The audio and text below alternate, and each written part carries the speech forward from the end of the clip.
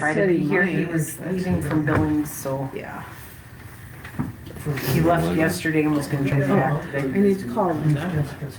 She phoning in? Yes. Yeah, tell her she's right next to the owls. Oh, she's gonna be Snarky super comments. loud. Can you hear us?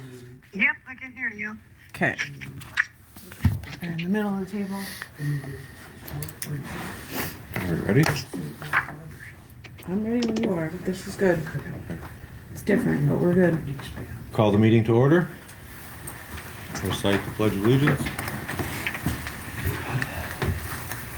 I pledge allegiance to the flag of the United States of America, America, and to the republic for which it stands, one nation, under God, under God, indivisible, with liberty and justice for all. roll call. Cassie, Present. Bill, Gary, Here. Linda, here. Here. gotcha. He's trying- And Matt. And Matt. Of course, Matt. Agenda approval. Did everybody have a chance to look it over and approve? Can we get a motion to approve? I'll move to approve. Any Look at it. additions? Is there anything else that you guys need to add? Not right now. I didn't finish up that stuff. I was gonna send that over. I was curious about adding the ordinance from McLean County that Lad Erickson wrote up. Mm-hmm. And Jade said she had showed you guys that once. Printed off Yep. another copy of that, so we can That's have. in here. Yeah. Another thing I'd like to add to the ordinance, so after McLean County, or not McLean, Evans County had their meeting last 3 weeks ago on that, battery storage facility down there. PSC took their meeting right to Linton. And I called the auditor from Linton, and you guys have down in your ordinance a .001 for them to pay the county for the project. The Evans County has 3%. And when I talked to her about, did you ever call her? I sent her an email, so. Okay, so I said they had no problem paying it because that's next era.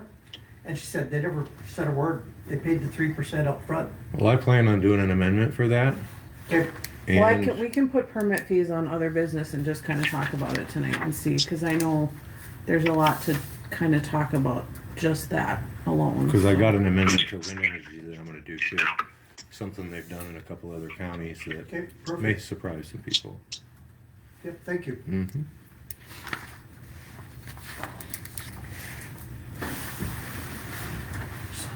So you wanna add Permit permit fees? fees and then the McLean County ordinance, just to discuss it. Was it Emmons? Emmons County. Yes, Did the 3% on yes. correct. I think it was 3% on the industrial conditional use permits.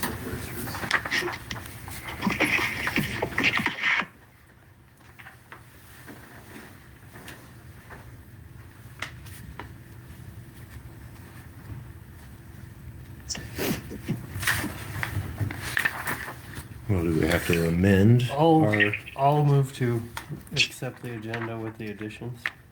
we get a second? I'll second that. All in favor? Aye.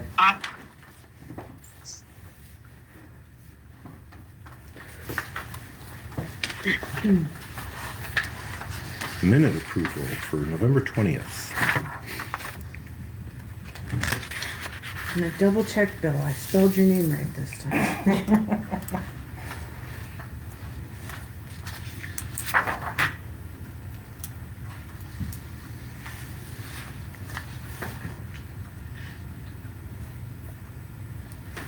Yes, I would move to approve.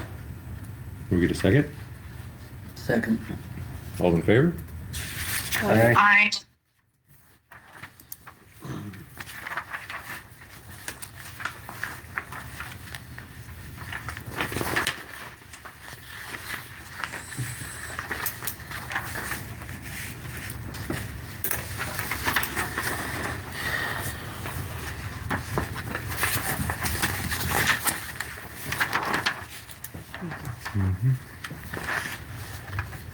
Where do we want to start? Solar facilities? Yeah, the only change I made was to that financial surety section, which we talked about at the last meeting. I updated the section references and then, we took out the 1 and 2 and replaced it with this 1, 2, 3 that we have in the other ordinances. And that was the only change from the last meeting that I had, unless there's something that you guys can think of that we need to adjust. On 32.5.1, there's a typo in number 12. That's the only thing I've seen. Oh. Okay. Yeah, because we don't have one.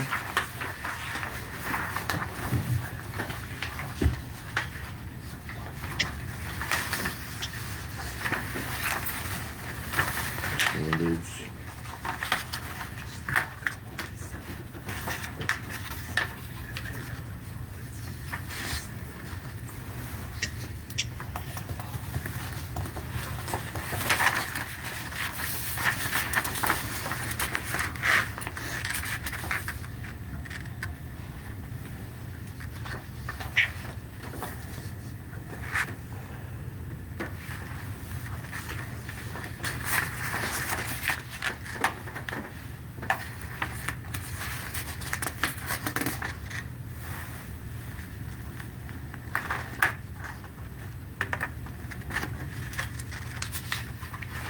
Almost feel like we should add something into 32.6 design standards, because it says 500 feet from buildings or structures unless the setback is waived in writing by the owner of the building or structure.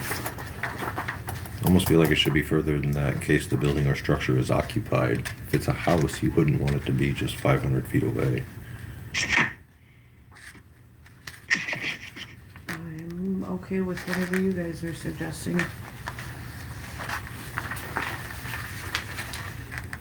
We could do like occupied building and structures and have another line. I mean, if Well, it's leave like- it as 500 from buildings or structures, or somehow word it to where it's And then we could something add further like for an occupied one. Yeah. We could do unoccupied buildings and structures and then have another line that says X amount for occupied. This is just for solar, For now. because I had a call about wind too, Okay. because wind is the same amount, right, distance? No, it's like 1.5 or 1.25 times the height of the turbine. I'd have to I double think it's check. 1.5. They take it times the height of the turbine. My amendment will cover that. Okay.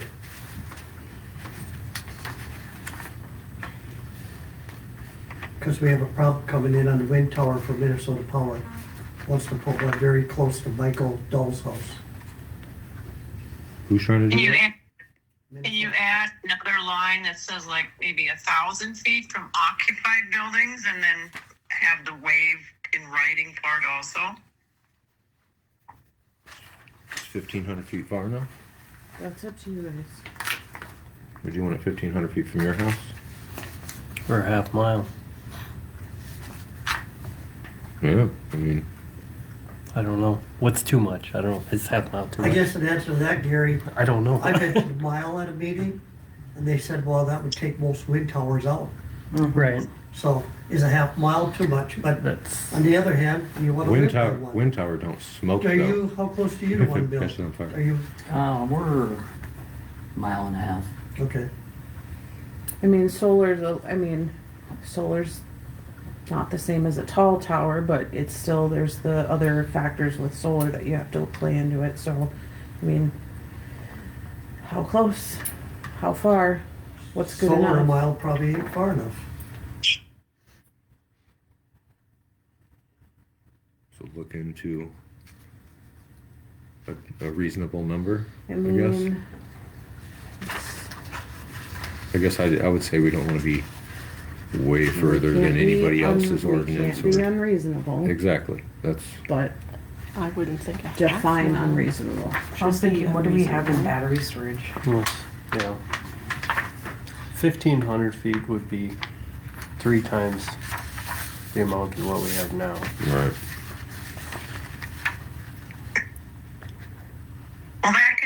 is from occupied buildings. Right. And leave the, Yep. and leave the 500 for unoccupied. Yep, that's what we were thinking. So any 1500? occupied building is what we're discussing now. I guess if we'll see if anybody disputes 1,500 being too far.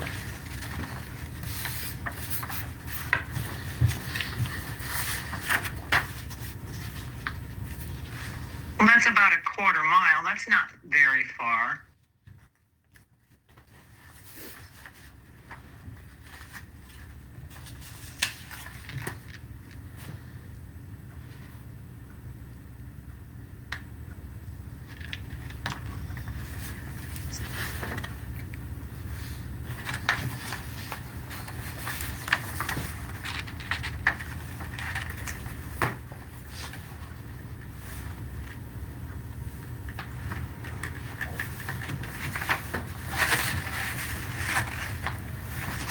Do you guys agree on that?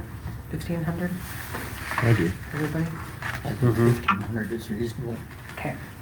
This battery facility should be a lot further. Yeah. Right.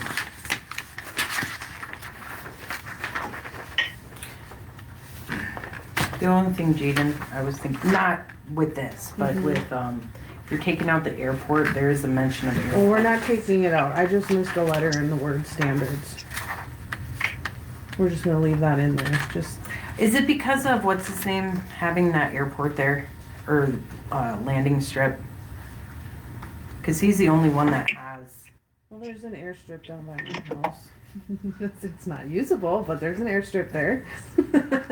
Technically. Somebody might want to do it. I mean, might as well have it in there. Minn Kota owns that one, so I guess technically if they really wanted to, they could repave it and make a tiny It was a airport. paved one? It used to be. It used to be. It's no longer paved. No, it's not paved. It's cut for hay now, but it Is it used still to be. wet? That was the old airport. Snapchat still has it on their map. Just That doesn't saying. answer my question. I don't think it's still listed. It's not usable, but It was Minn Kota's airstrip, yeah, and then Kent Luther bought the building, and they took all the pavement out. yeah. It's But it could still be listed as an airport. technically it's still an airstrip. Technically, it's just a grass airstrip. It's similar. But I didn't to know what if it was Chris- listed federally or not. I Because we used to doubt have it. one too, but we unlisted it. I doubt it's listed anymore since it's no longer usable, but Okay. I mean, if Minn Kota really wanted to, they could probably relist None it. of Minn Kota's planes could land on this one anymore. It's not long enough. It's not. Yeah.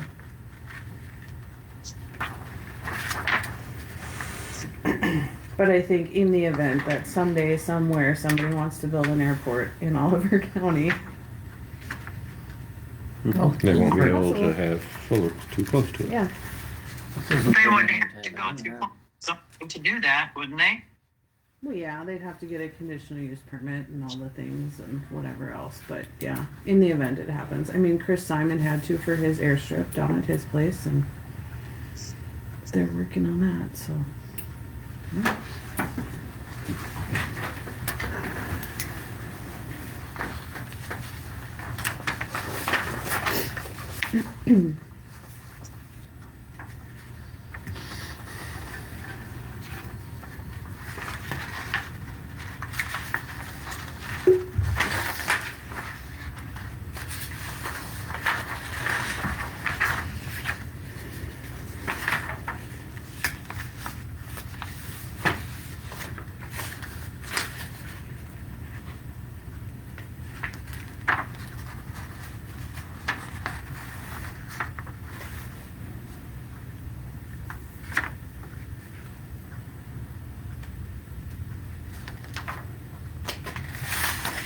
I think that's the only thing I see in there.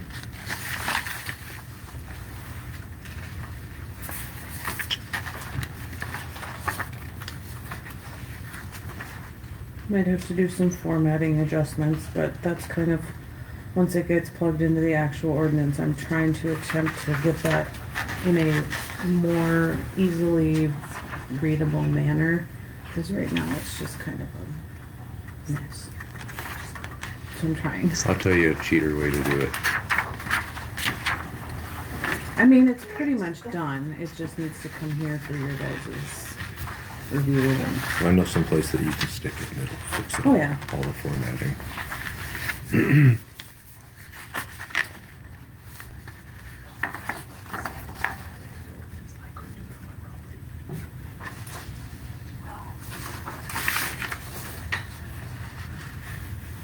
I think a lot of the other stuff, especially at the end there, was, you know, all of our other ordinance had that in there, the indemnification, the notification, all of that. Right. And just added that in there.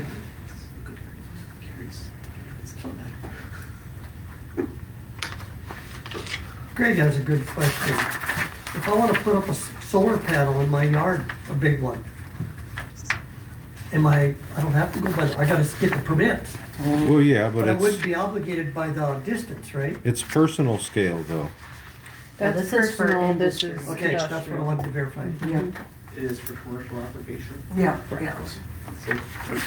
Yeah, personal, we have two in here, personal scale and Yeah, it utility says scale. utility scale SES for that Perfect. part. It's technically the personal, it says it's listed as an accessory use in all zoning districts, so if you put one on your house, it's, or build one in your yard, I guess you can just come in for a permit and be like, hey, this is what I wanna do for personal use. It's when you're tying into the grid and doing all of that is where we, let us know how those go. Anyone on Highway 83 ever? There's one, the guy just north of Wilton has like a wind turbine in his yard, a bunch of solar panels. It's a good friend of mine. He has hydro, he has a geothermal too. He's completely off the grid. Oh, wow. At his house? Yeah. He just sells to the market. Yeah, I know that guy that's got the lawn and leisure up there. He's got solar panels up there and he's got that windmill behind the building, and he showed me the back room to where it's all hooked into the computer, and whenever he sells back to him, it's pretty neat. If you sell back, do you have to have a commercial? I mean, because you mentioned if it's just for your own use, what if you sell it back? Well, then that would be, it wouldn't be utility scale, but it would be, yeah, I technically guess. not a personal That's use. all, that's Right. all those work is whatever you generate, the power company has to take it.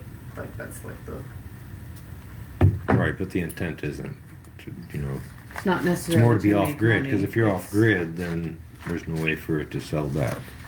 Right, but I think somebody said if you're not selling it back, you know, you wouldn't have to get the commercial permit. But what if you are selling it back? Well, if they came in and got a personal scale and then sold it back, I think that they would probably be violating the ordinance. Okay. And that would be a matter of if we found out, then it becomes, and I think Rough Rider would bring it to us, somebody would, I would hope. because they'd have to say it to the board, Mhm. and then that would be open to the public. Right. And then that'd be a violation enforcement, and that falls on, more on the commissioners than us really, because we can't give penalties necessarily, but.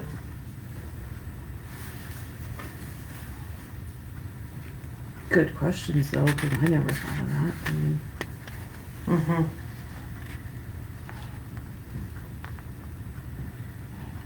As far as the water use, can we make them put meters on their pumps to see how much they're using, if they do use it? Technically, that's a requirement set forth by the state Yeah, water. they do. And they, I mean, when they were pulling water from the creeks for this project out here, they were supposed to have meters on their pumps along with the permit showing that they had the authority to use the water. The state is supposed to keep track of that. Our local water resource board also has some authority, but Okay. not like. I didn't know if that would fall under It them did- or if we should have it in here. The complaint goes to the local water resource board, they meet, and then they have to elevate it to the state, from what I understand. Or you just call the state directly and say, hey, they're not following your rules, and then they come in and they're supposed to regulate it, but there's only so much we can actually do with the water part of it, because it's out of our It's the state more or less controls jurisdiction. it. Yeah, Our biggest thing is what happened with this project over here is just that we get notified. up that they had proper permitting and where it's at and stuff. I don't think any of us knew about it until people Started seeing the water go started down. seeing it. Yeah. So we didn't know about it, which it would be nice to at least be aware that, hey, they're going to be using water from here. It could affect downstream landowners or even upstream. I mean, So the state, the state Says yes permits or all no. of that. Yep, the We state have permits. And they will, Okay. and if we want them to give us a copy of the permit, so we have it and know where they're Correct. going. Yeah. Well, then they have to Yes. notify the farmers or ranchers that have the permits to use the water too, so that they know Correct. it's gonna get used. Yeah. So if they notice it's starting to go down, they know. Yeah. And I think the state, if you are registered along a waterway, like, your livestock are registered as using that water, that's something that goes to the state and they have that on file. So when somebody does come in for a permit, they have a list of landowners that are along that waterway that essentially take precedence, and so they're only supposed to pull so much water, or if it's not enough, then they don't let them. This is from what I've been told, because of everything that happened this last year. So sure. I'm no expert. This is what I know. We just want more, we just want to be unified. That's the main thing. This is what happens when I ask questions. I just learn more things and my brain gets full. I have those forms on my desk somewhere that you send to the state to get precedence for water usage.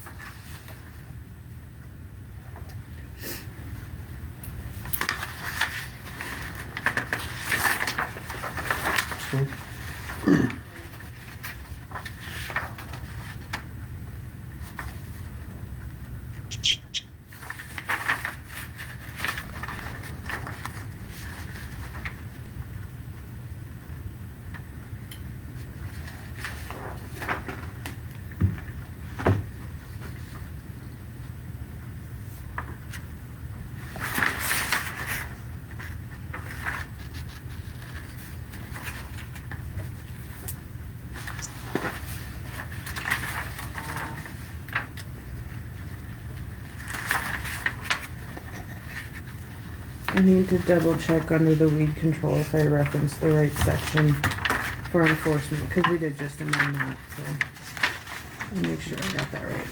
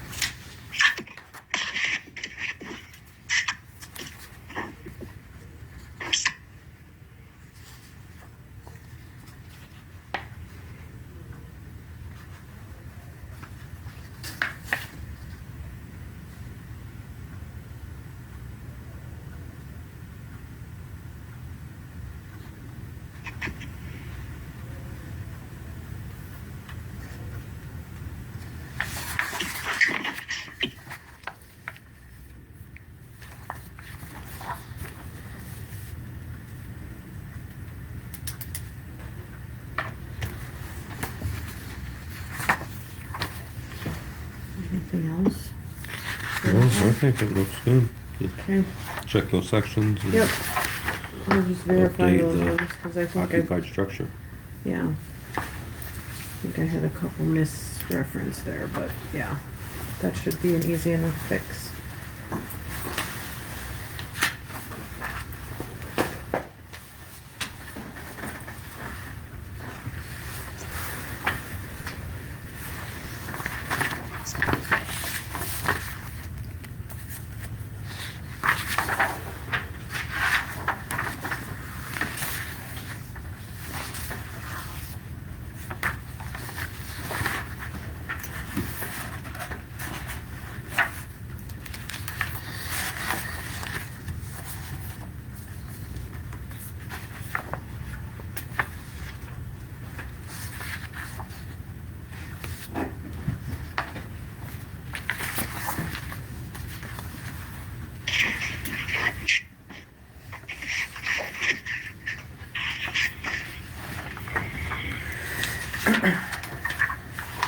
Should we wait and come back and check it again after it's updated?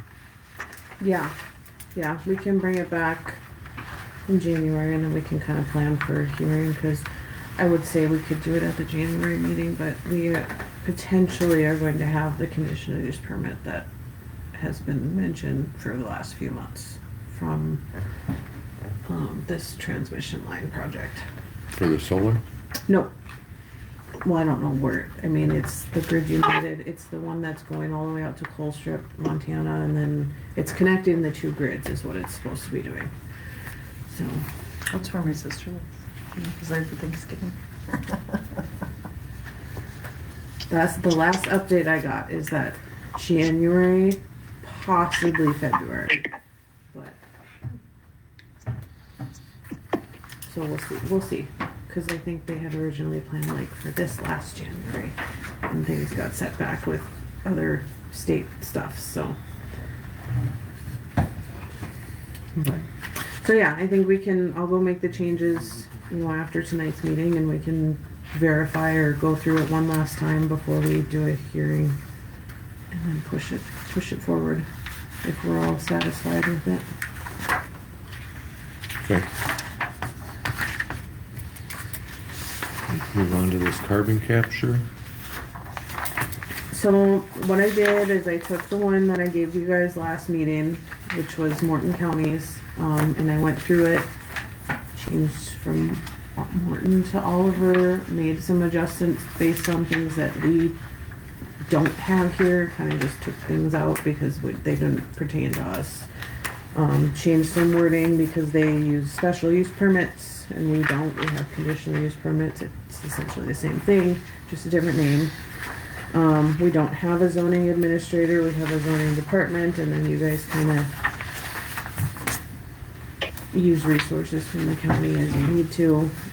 So we need to change that wording. But,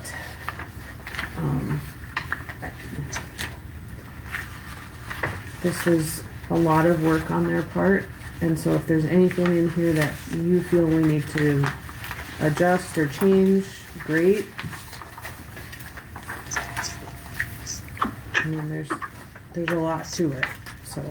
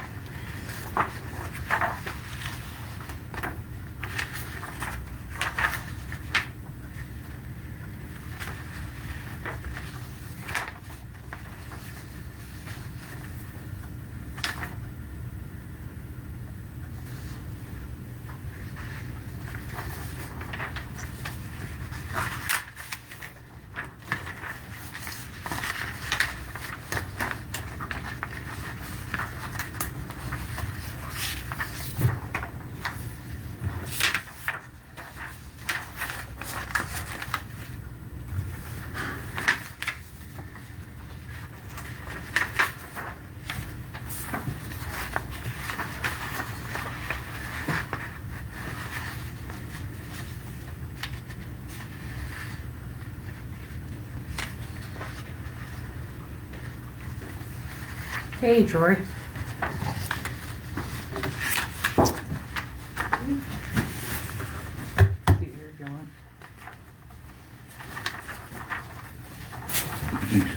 sit in the corner. I feel I wouldn't mind sitting in the corner.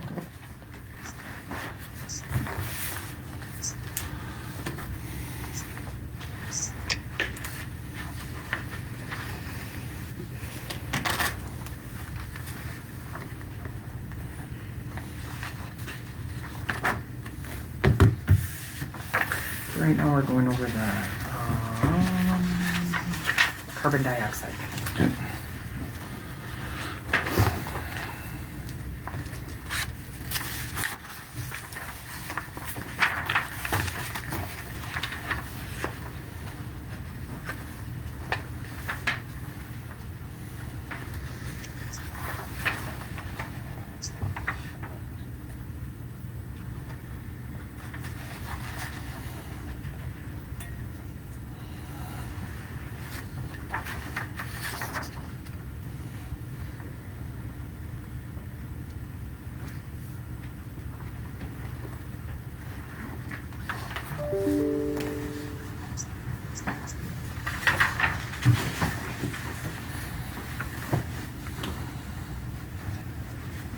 So with these facilities, are they pulling it out of the air Mm-hmm.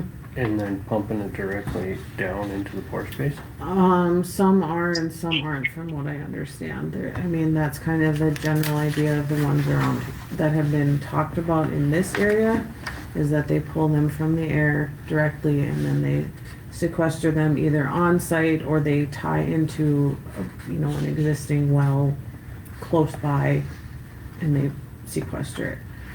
Others that I've heard of, they pull it from the air and then they can, like it says in here, truck it to a different location. Well, they can compress it and put it in one of Okay. them big propane tanks too, and then But pump in out of the- it like fresh air. Say anything about like storage containers or anything like that? Maybe I just haven't gotten to that yet. And it's anything that is above ground, because legally, there's nothing below ground that we can, And that's, yep, that's we what I'm- can't, that's a state thing, we can't touch that, so. So Matt, if I could add something, I'm going to also pass this on to Greg with B&I. Any project from now on, at least once a week, an engineer, picked by the county, which would be more engineering right now, who is our county engineer. They would pay the cost, whoever's doing the project, but the engineer would go out on site and give us a report on anything that's going on. So like when them built the overpass, we would be up to date on what's going on and anything they're building, because they're gonna have to build roads, just like any project, and even the project itself. That way, our engineer would come out, do an inspection, give the commission a report, and say the planning and zoning board, because you guys should be included, and it would be paid by the, whoever's doing the project. Makes sense. Did I word that right? So that's something we saw, that's something we brought to you. Yep. And we gave that to you guys, but Oliver County didn't require that of us, so that's not a requirement you guys are doing, that's just But specific we're working project on that it, we did. guys. I think that's something that probably more so would get added into like our road use and maintenance agreement for sure, especially when it involves roads, but if it's something like this where it's going to affect other things in the county, we can, Pipeline, anything like that. yeah.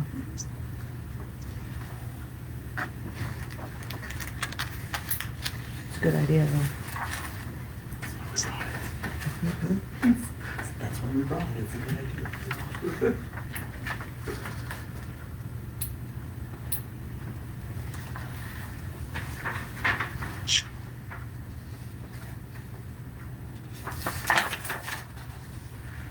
Communication and transparency.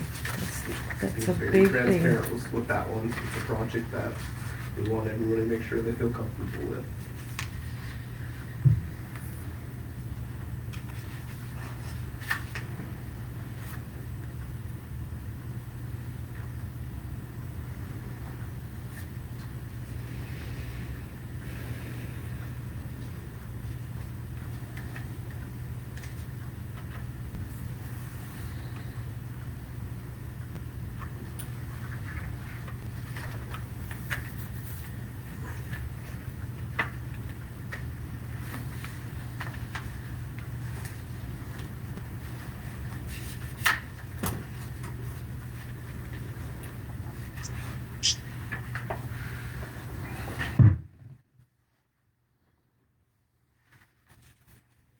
Still don't understand why they don't just build this up in the oil patch where they wanna use it at.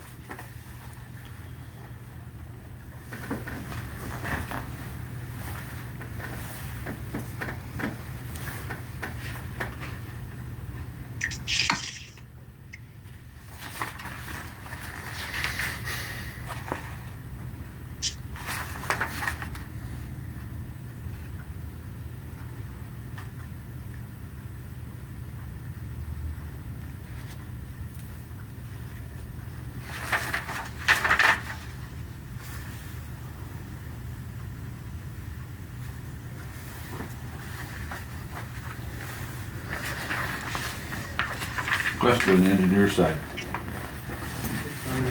Well, I bet you're on the Nope. engineering side. He's like, nope.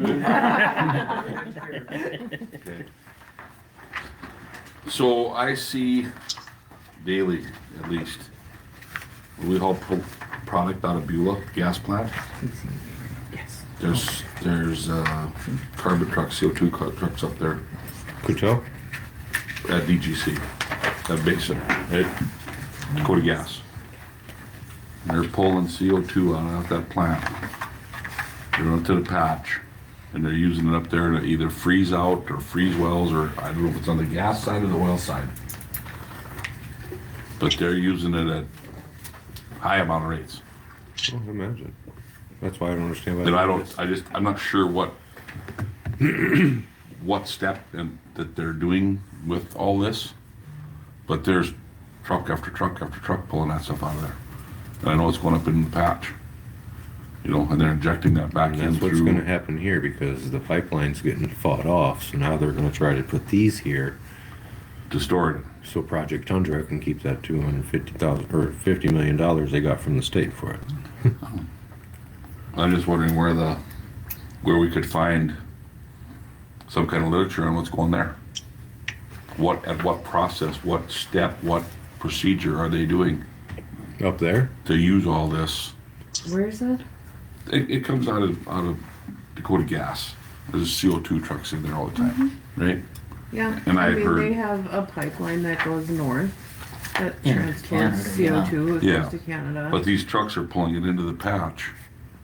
And like I said, I don't know if they're using it on the gas exploration side or the oil side, but I had heard conversation that they use it to freeze a certain point. I don't know. Right.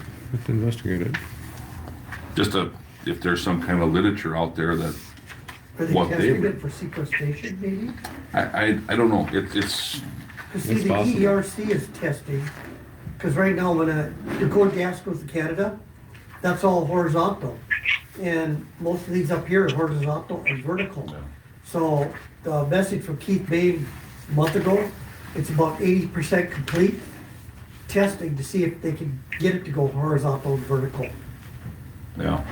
Said, I just heard a slight conversation about it, but I don't know if there's some literature out there on what steps, what procedure, what they're after, be doing what they're doing. I don't know. You have any idea what kind of volume, how many I trucks? I don't know. I know that we see quite a few of them pulling product that are I labeled. guess I would make the inside. assumption that they're pumping it down into the wells that are slow. It freezes, and then when it warms up, it expands and pushes more oil out than what would normally come See, out. that would make sense. Cause the ERC has to test it somewhere. That or if they're sealing off a certain layer. Say they're freezing off groundwater, freezing off. Wouldn't that be enhanced oil recovery we've heard them using it for? And I don't know. It's just, I had heard a slight conversation about it, but I don't know enough what steps they're doing with it and why. Like I said, is it to stop groundwater? Is it to stop through an aquifer area? That they freeze this, contain it, get their setting in, get their rig, their liner. I don't know. Yeah, I It's guess the stuff I had seen about it was more after they do the fracking and everything breaks underground and the pressure bleeds off, it starts to slow down. And then if they push the gas down in there, it'll expand and push more oil out. I mean, they could be you know, trying to do the Yeah. freezing aquifers too, but See, now, it's gonna take an awful lot of it. Just have to keep pumping it down there to keep it frozen. I mean, it's gonna warm up eventually. Don't stay froze forever. well, no, the ground temperature would automatically warm because Right. thermal, So that's what they're wanting, some type of expansion when they pump it into a well. or a temp, like I said, it might even be a temporary freeze. You know, I don't know. I mean, most of them now, we get on site up there when we haul the liner in. You know, it might be a 5, 6, 7, 8 hole pad, and one of those holes is a recovery. Right. They have their own disposal well on a location. A lot of these are going into. So their salt waters, their production waters, their oils, all their off tip, they force right down the same patch, on the same pad. Well, they use that to regenerate the wells. Well, then I guess that'd be the thing, is if they're trying to freeze water, or freeze groundwater or an aquifer or something, then the DEQ would have to be involved. Yeah, and like I said, it was a conversation I overheard. I don't know the steps about it. I just didn't, I thought maybe there might be, if we could find some literature on what they're doing, what control is, what steps they gotta follow already. Well, I mean, if they're experimenting like Dave said, then there's probably not gonna be much literature, because they're gonna try to keep it as a proprietary. Yeah. I guess if somebody wanted to call EERC and talk to Jason Lum, Yeah. I guess I could maybe do that. If it, A lot of extra traffic on our roads. If they weren't just leaving it underground here, if they're trucking it somewhere, that would be a big impact to the road system in Oliver County. Oh, for sure. I mean, I think this just highly touches on all the carbon capture stuff that's already been talked about. They're just trying to do this because their pipeline got cut off. So they still want to, try to find a way to get it there. yeah, I mean, and Minn Kota and Project Tundra are a big part of it. I still, I guess, don't understand why they want to build it with publicly given money, and then after it's operational, turn it into a profitable thing. I mean, it's, we build it, and then they turn it into a profitable thing that they can sell off. This is just, I guess, in my opinion, another way for them to get their carbon to continue their project.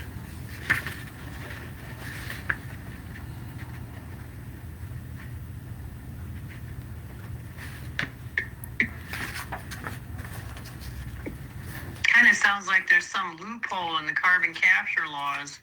I don't know if it's a loophole or they're trying to create a whole new profitable entity. And because the pipeline idea to where they could sell the green credits and keep operating. I mean, because that's the whole idea behind it, is the more carbon that they capture, the more green credits that they get. So the ethanol plants that are wanting to pump it up here, if they sift off that CO2, I mean, that's less pollution they're going to be putting out of their plant, and they can produce more ethanol. Ruin more gasoline.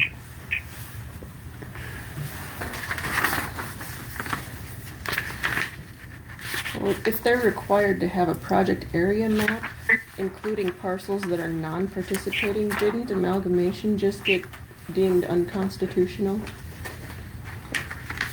Something was, They can't At the just district take your, court level, yeah. like eminent domain Mm-hmm. amalgamation, they can't just take it without, yep. Northwest landowners last week, Right, yep. They have to go through eminent domain, right? well, they can't. They The, can't. the state court ruled that it's, No, that's he's saying they have to go through that process. They have to didn't say go that through the was process, illegal, right. they're saying that's the Yeah, process. they Yeah. But I can't. thought they couldn't do eminent domain because it wasn't a common They carrier, can't amalgamate. and they Yeah. can't amalgamate. And you're talking like different things with common carrier versus pore space. Oh, okay, No, the common carrier thing was on That's a pipe, the right? pipeline. Oh, okay, It's because it was a waste pipeline. yeah. It wasn't actually supposed to be, you know, moving crude oil for profit. And I don't know that you could eminent domain or space necessarily, because that would be, I mean, I don't know. mm-hmm. I don't know. That's. This was my that's understanding, they for the already courts had to figure out. several people that were interested in doing it.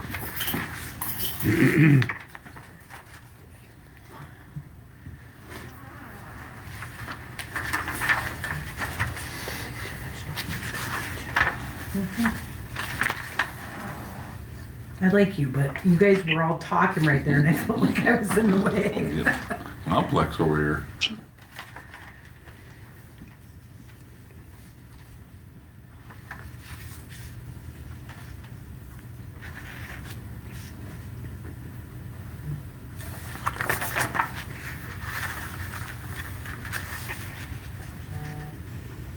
Yeah, here they got above ground and below ground tanks and number 3, line I, part of their detailed site plan to scale with project components including but not limited to above ground and below ground tanks. So it's kind of a broad, I mean, what kind of tanks are we talking? Oh, they're gonna be Storage pressurized. tanks, is it, you know, but is it for the CO2 or is it for something else? You know what I mean? Like It's it gonna be could them a giant variety of propane things. tanks like Gus has for propane up there.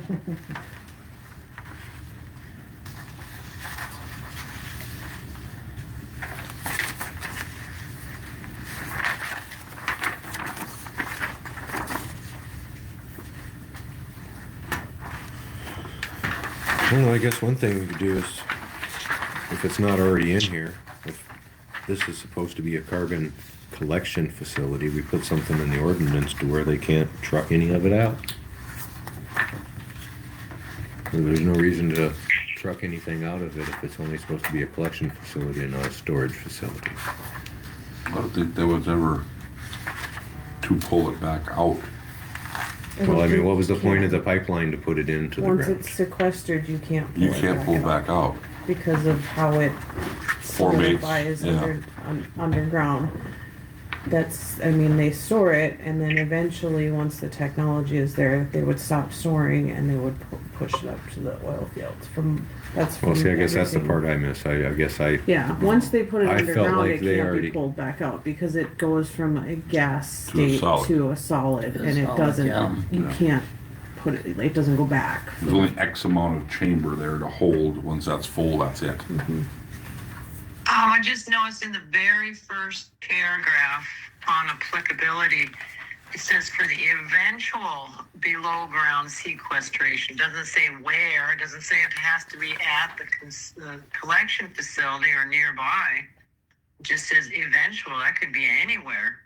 It could be trucked somewhere else to be below ground. right.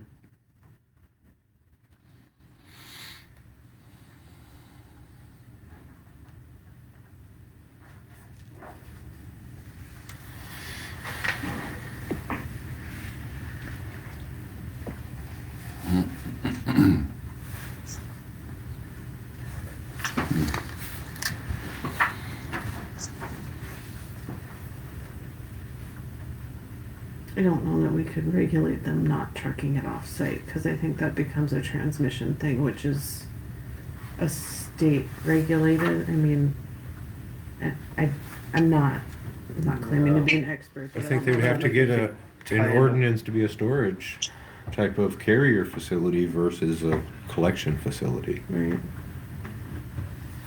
I mean, if you're gonna build it with the 'Cause intent these for it ones to are be like- trucked out, This is for like the fan systems that are operated by, I don't know what the one in Morton County said, it was gonna be operated by diesel generators. 8 diesel generators, 7 operating all the time.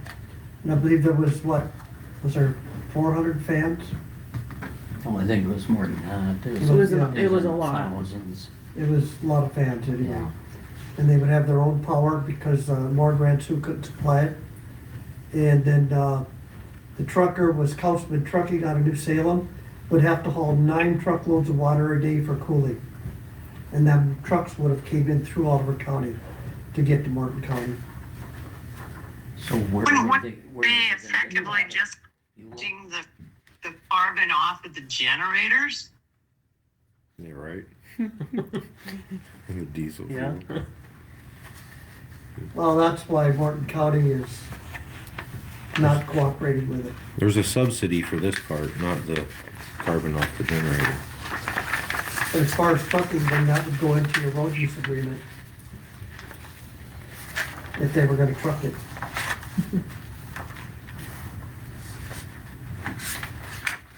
And what I had read, the generators were gonna be natural gas. If they get it down there, yeah. Right now, they wouldn't have a supply, would they? Well, there is a natural They're talking gas about line doing that the- follows kind of between the railroad tracks and Highway 10. You know, that supplies, you So say maybe- only went on all those towns. I don't know what the capacity on the line is. That what comes out of Dickinson area, doesn't it? I couldn't even tell you.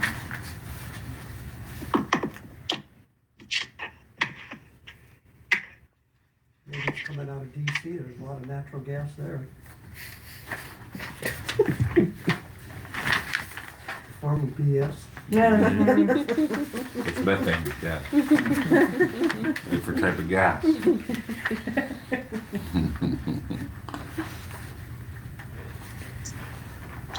I guess I don't know, is this something that, I know I said at home, we talked about it last week a little bit, you guys, or last month.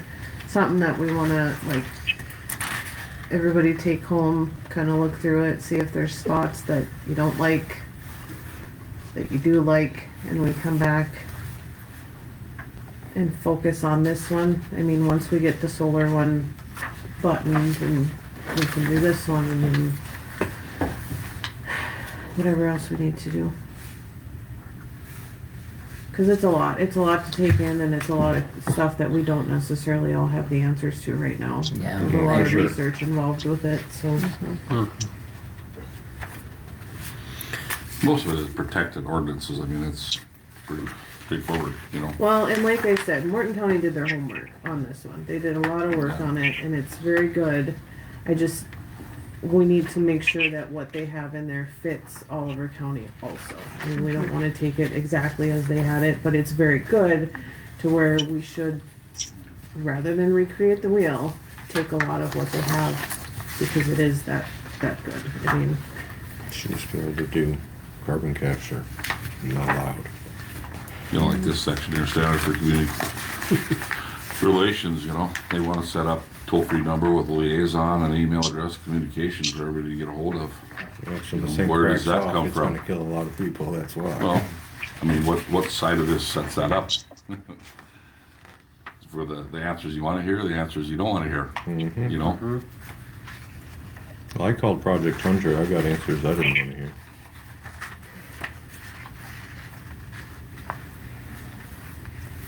I'd like to say somewhere in there, if you wanted to add that engineer inspection once a week or something. I think that's something that has to be a must, so we know what's going on before. Because if we'd have had an engineer out here at that wind farm, it would have been very valuable on our part.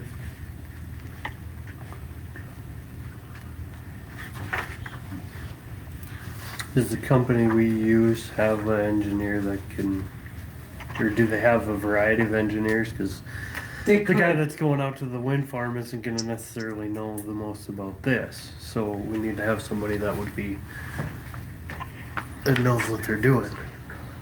Because Get an independent one that goes through And that that's- and office that's- that he approves of. we would have to have Engineering somebody would come in, because, board to you know, approve. they're all over, so they'd have somebody that would have the knowledge. Yep. yeah, more. It's like even you would engineering go is out there and a lot. not know what the heck Exactly. is going on. You need to have somebody to tell you. I think it would have to be something that they paid for, not us. We Correct. couldn't do that. But it would be an engineer of the commissioner's choosing Correct. that they would pay for.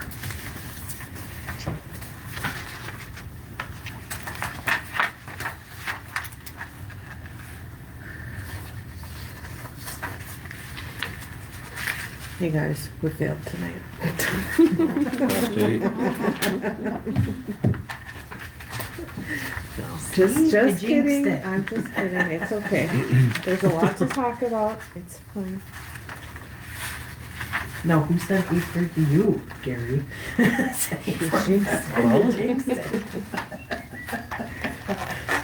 better now than in June.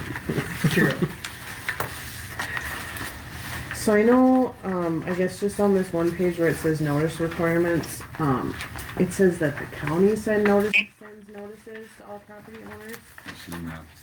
I know with the wind, I believe it was the wind one for sure.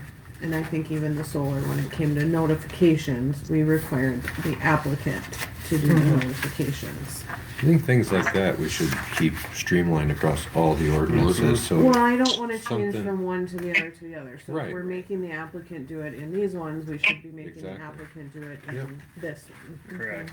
Well, it's got to do that standard too, Jake. Applicant shall send an advance notice by first class mail to properties within 3 miles of the project site. That's standard. Well, it would have to be them. We don't have the time or resources to do their research for them and do this. Yeah, it says under standard for communication relations, that's subtitle 2. Okay. The applicant shall send advance notice by first class mail to properties within 3 miles of the project site, no less than 14 days prior to start of each of such activities. It shall include the estimated start date, estimated end date, and liaison contact information. So they got something in there already that applicants got to get. Which kind of contradicts what this one says a little bit, because it says the county will send this.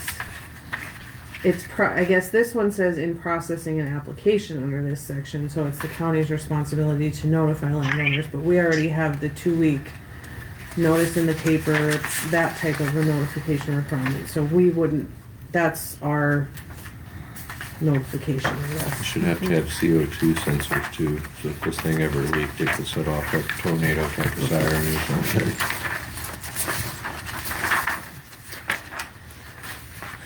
Back to the third page, it says yard shall be set back from the nearest occupied dwelling a distance not less than half a mile. Going back to what we discussed before, apparently half mile isn't too much. Yeah, but this is carbon capture, so you're. I know, they're but gonna what's the say- difference? Well, they're gonna say Facilities that this is- one has the gas, and they're gonna tell on themselves to get out of it, and say that the solar is just a glare.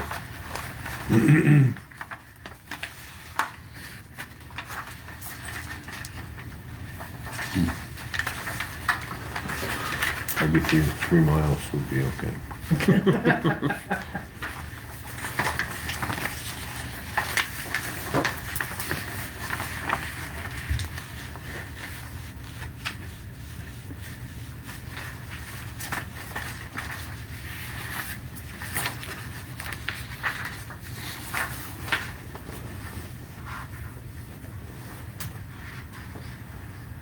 A lot of information to try to process.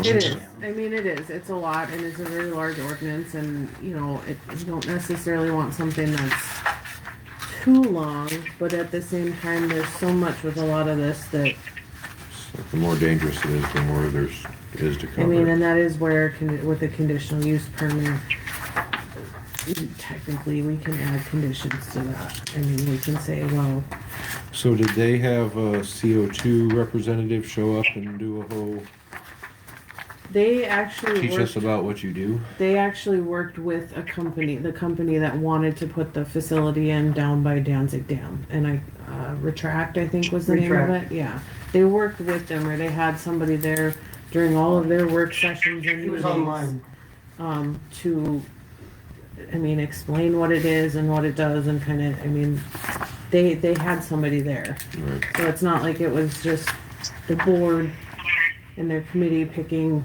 what they wanted in here. They did have input from industry, which it's important to have because we don't Oh, know yeah. about it. Yeah, this is way above my general science class.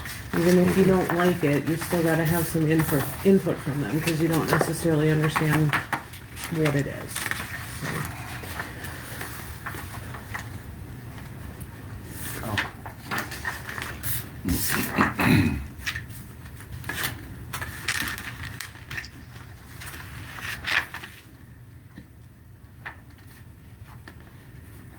Yeah, I guess I got a little discouraged about the whole back and forth with Next Air about the BES, and then they came out and lo and behold, we're gonna build one. Not here yet, but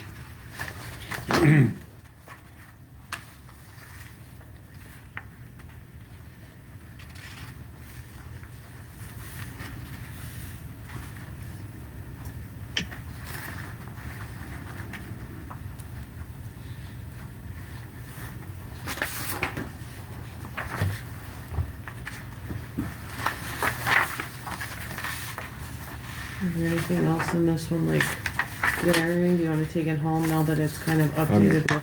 Yeah, I think take it home. Yeah, that'd be fine, cause otherwise we'll be I'm here gonna for do like some another hour. research on some of the stuff that Troy was talking about with what they're doing up there Yeah. with it. Yeah. Oh, man. No, and I appreciate your guys' willingness to look into a lot of this stuff too, cause there's only so many hours in the day that I can look into a lot of this for you also, so.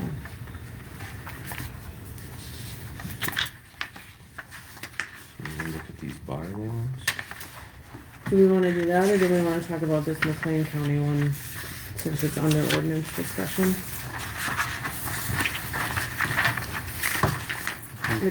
Whichever order, it doesn't matter to me, you guys, Which the McLean County one? it's this one page, we've brought it up before, Is that this the, is the one that Dave would like to speak about, that one right there. oh, this is The public hearing and the, yeah. Yep. Yeah, I like this one. I wanted to put it in there. I still think we should. we'll talk about that right now. Sure. Okay.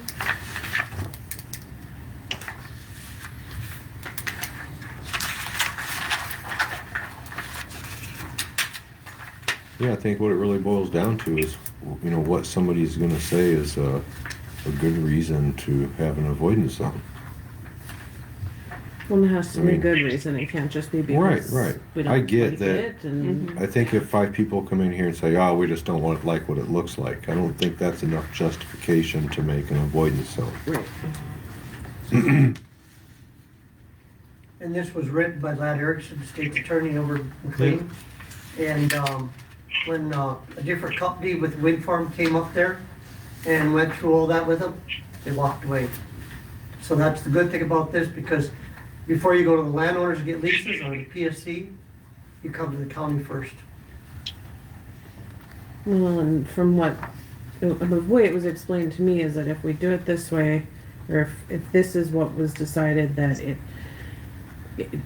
realistically should save the companies money because they're not obtaining easements and spending money to do all this before it gets approved. They come Right. pre-doing all of that to find out if these landowners in that area want it, or if it's something that the county says, well, that's a terrible area to put it. You know, maybe here's another spot or something like that. That's the way it was explained to me. There's been a few people that have brought this to our attention now over the last probably couple of months, saying that this is something that we should consider looking yeah. into adding, so. I think Dave's gotten a few calls about it too. I would agree.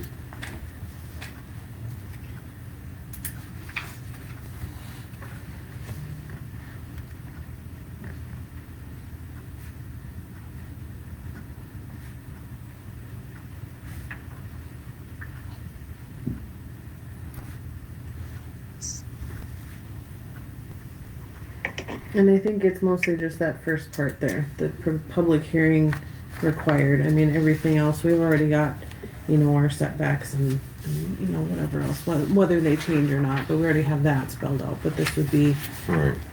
in addition to You're that. talking about that whole section though? The public hearing portion, the preliminary public hearing, it's essentially a public meeting prior to them obtaining. They have to give a proposed area map. I mean, it's not like these are Right, but we wanna landowners. do the avoidance zone also. Correct. I mean, because that's the whole point of having it, where this Right. is where they wanna go, you open it up to the public.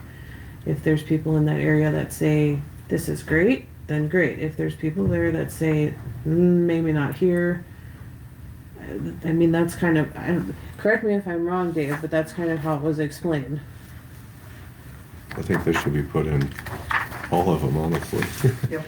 I don't know how many, I mean, there's Maybe. some that I don't think we could apply it to necessarily. Well, I just mean, like the because carbon capture, solar, wind. solar, wind, the BESS, all of those could. Any type of industry that's gonna have a big impact on agriculture, wildlife, public. See, the commission Roads. could do it, but it looks better coming from the planning and zoning recommendation. That's why I thought if you guys could amend it in. So could we make that a blanket to cover it all, or do we have to insert it into each one and do an amendment? You probably have to bring each one back, right? Well, And then I insert think it, so but too. it wouldn't take long, you don't have to read it all. If you Right. would try to put it in as a blanket under something even under like the administration portion of our ordinance, then we'd have to spell out specifically which industries. And if you, I don't know, we might have to put it in each individually because you don't want it to become like a, well, we have it and then somebody tries to dispute it saying we're trying to do it for, I don't know. Well, that's what I think, if we Coal came or- up with some type of industrial ordinance, you could put it on that, and then every one of these would fall under industrial. Carbon capture, wind, gas, solar. But They would- coal would fall under that also on pipelines and we don't have jurisdiction over pipelines. I mean, yes, we do. Well, we could just and- word in there that it doesn't cover things we don't have jurisdiction over. Kinda like we did with the decommissioning fees. I mean, Sure. if we don't have jurisdiction, then Sure. we don't. Sure. I mean, you guys have to tell me where you would like to see it put. If we have to add it into each of them individually, it's just a matter of, you know. I think it'd be a good legal question for our state's Well, attorney. the way it Sure. talks right now, it's for proposed renewable energy project area. So that would be more specific towards. I mean, cause wind, they solar. have it in their Right. wind and So solar, so. according to this, it wouldn't affect necessarily coal. I guess I was looking more to have it cover carbon capture, Now, I data see, centers, I see something in all of here it. that, stuff like that's annoying. the county wind energy generation ordinance and may enforce those rules or laws independent of the North Dakota Public Service Commission. Could we even do that? I think we're only talking about this section right Yeah, here. just 1A. Yeah. I think this is the only section that we're talking about. As far as rules independent from the PSC, is that what you're asking? Yeah, I mean, our ordinances are independent from the PSC. yeah, but. There's just we- certain things that we can and cannot do. If it's above and beyond or overly restricted, the PSC will say you can't do that. But we are allowed as a county to regulate setbacks and several other things where, so long as it's not overly restrictive, Yeah. or it has already been preempted, and they spell that out specifically. We do have the authority to do it. So like wind, we could say a mile setback from a house or to, you know, whatever, so long as it's not, you know, to the point where we're basically saying, no, we're allowed to do it. And obviously it's only for certain things, you know, the renewables are a big one. Pipelines, we can't touch. I mean, there's nothing we can do with pipelines. We really can't. No, but we could do it on a carbon capture And I think facility. even transmission, I think there's something that changed with transmission during the legislative session that we can't, there's certain things we can't do with transmission either. Well, we say it that way though. We didn't do that carbon capture comes in the pipeline. Well, that's where Right. Well, I Well, mean, if we that's can't where say the fight anything, is that'd be a right now. jurisdiction thing with the pipeline, but the carbon capture facility would be in our jurisdiction. I don't know who's buzzing somebody's. it's not mine. That's me. No, but I mean, you know, in a Well, generic that's, question. the pipeline portion of carbon capture is something that I mean, as a county, the pipelines, we can't do anything with. Right. Once it comes to the actual above ground appurtenances, like is in here, there are things we could do and there are things we cannot do. It just becomes a matter of where the location is and what it is. And that's where This- we need help and assistance to figure it all out. We need the legalities, but that's where you take a step back and look at what's at the court systems right now, and we kind of let them determine. I guess that's the scary part when it comes to carbon capture, because we can't say anything about the pipeline. We can't say anything about putting it in the ground. Yeah. We can only say how your building can be built, Yeah. where you're gonna pump it in. Yeah. I mean, that doesn't seem, How are you gonna get there? doesn't seem like you don't, it doesn't seem like we have an option. no, It's not more it like they're doesn't. forcing things on citizens that are in places that are convenient for the profit side of it. The power plant's here, everybody wants to be around the power plant.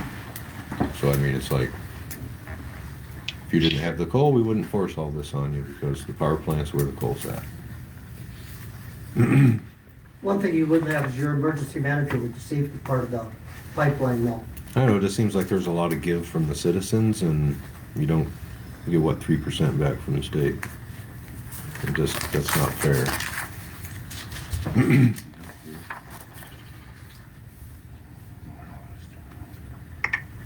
I mean, I can ask our state's attorney his thoughts on where we could put this in at, if we could make it as like a blanket for certain things, or if we should put it into each individually. I guess in my mind, it might be safest to put it in individually, so it's pointing out specifically it is for this, and this. Yeah.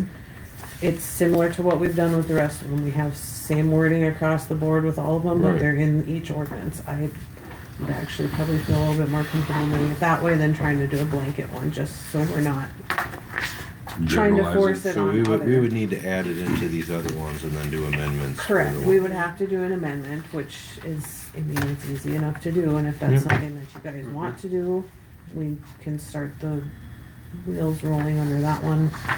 I would say yes. And I mean, we do have a commissioner here who would like to see that done, and I think there's at least one more that has said that it sounds pretty good, so I don't wanna speak for anybody, but Well, so there's a couple of counties in North Dakota, and I guess there's been a lot of stuff about the wind energy.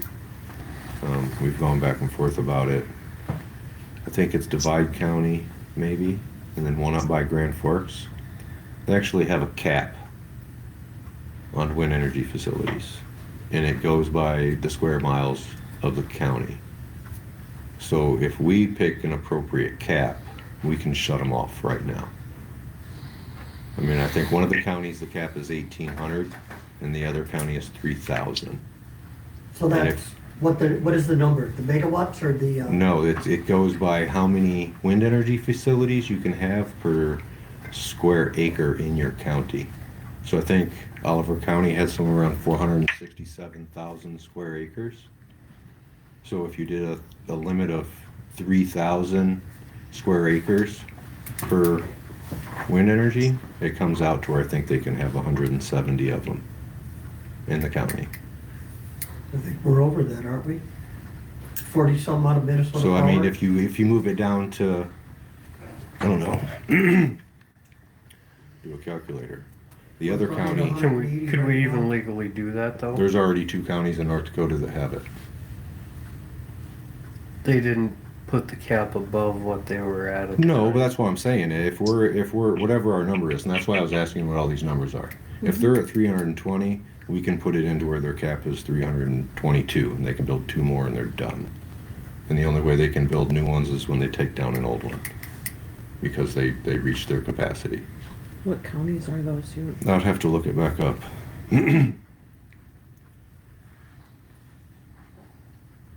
That would help. So at 1,800 square acres for the county, they'd be allowed to have 259 of them.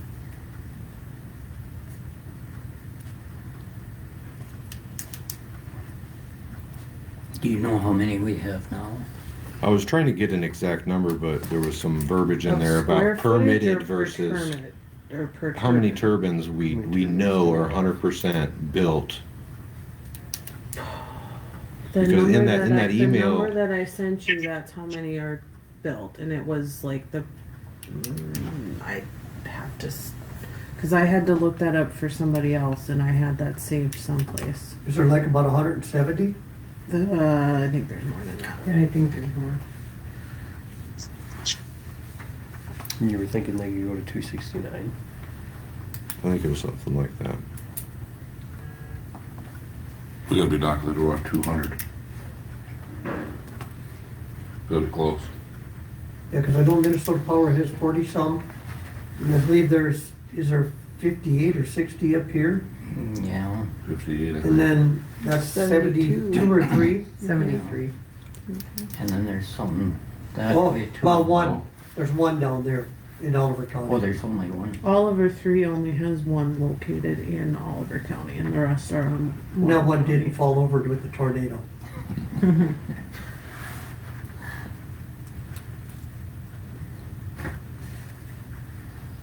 So saying our number's 200 compared to your square footage figuring there, allows probably roughly 60 more, 70, you know. That's a pretty big farm, yeah. Throw another 70. That's too many in my mind. Well, that's where we need to come up with the calculation. You know, we need to take whatever counties that I is. started working on it, it just didn't get finished. Yeah, whatever that county is for their square footage and their verbiage on how they got it listed.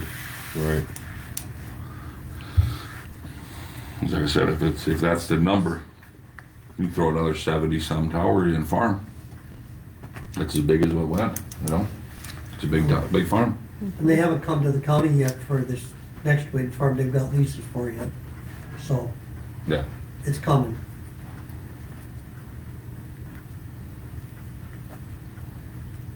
There's another one further west too. Mm-hmm. It would be mostly in Mercer County, but it spills over into Oliver County too. On the west side, that's right. 49 wind. Yep, 49 wind, yep. I don't know why, but I get There are mailings on that. 225. I'm not in the area, but 225. I think I am. They're still looking at 40. So I get these letters We every can now move and that map. Oh, really? Yeah. Hey, Right, if we have a county that has If you're 3,000 in that Yeah. permit, and you another get county rid that of has it. Yep, we're just a 1,800 few and we miles north pick of 2,500, Mm-hmm. I mean, we would be in between And both of the way those I counties. understand it, Yeah, running and legal would I be do believe that in nobody Yeah, has we're- challenged it area. legally. I'm not sure where their area actually is. I'm not sure either way. It's But, the way yeah. the western part of the county anyway. Mhm. McLean, Mercer, Dunn, and Billings County have Pittsfield and adopted. one in my area. What's that, Everything Linda? close I know to there's a- 31 will be wind farm. There's a lot of You're objections cutting out, that's Linda. going on. But But quick search, McLean, Mercer, Duff, Billings County have adopted regulations that factor in both total acreage and how many are even allowed. I just hadn't finished reading how they did it to put it together yet, the amendment. It's interesting. I guess I didn't realize that. That's-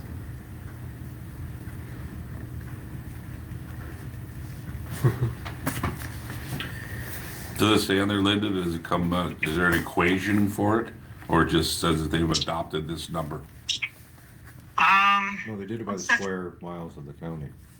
It's, this is just a recap of it, but McLean has, implemented restrictions based on the overall area allocated. Mercer, let's see, controls how many can be based on total land area, and Billings and Dunn have adopted regulations that factor both total acreage and distance, directing how and where they can be positioned. I would have to dig deeper in this. So they are still running a square footage and an area coverage. The one is, the On one, them too. the ones I And looked at. then they're done. Once they're limited, then they can't put more in there according to this, but Mhm. And then I'm sure they go into algorithm type on where they propose, and then they got their setbacks to see if it even lands. They might eliminate one there too. There might be an area of 4 people in there where they can't set one. Through Like, setback. This one, the ones that I looked at were more specifically countywide. No. So I mean, the size and the acreage of the But no, county. like, so these here might even have that, where this, they're proposing it here, and this they run is all the setbacks or easements around it, you can't fit. ordinances. you know. For Yeah, specific, but on the same token, where they can fit, as long as they can hide them anywhere, they can Yeah. just keep putting them in. I got it saved on my computer at work. I'll get it finished, and I'll show the work, because there is a calculation. I had it worked up a couple different ways. I had it with actual land, and then I had it with acres, including bodies of water, so it's actually everything in the county line. Total available area. Yeah, so I had a number for land usage, and then one for land including waterways, to where it counted the water as land too, or acreage, Yeah. because it does take up space in the county. But with waterfall area, that eliminates that land from availability. I know, it just gives it a number though. Yeah. So all of the land that's within Yeah. the state's county, county line, whether it's water or not, it Right. adds to the The size. total, Size of it. yeah, total surface area. Yep. Yeah, and one of the ones I did, we were already over, and I think the other one gave them a little bit too many more.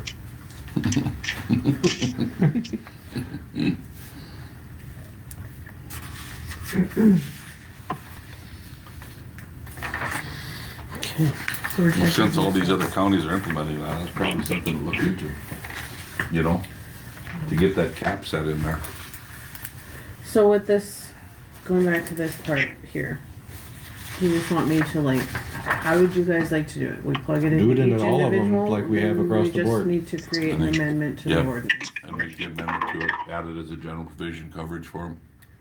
Under- Specifying each Do one. those amendments, and then we can have the amendments for the other stuff on there too. The 3%, do them at the same time.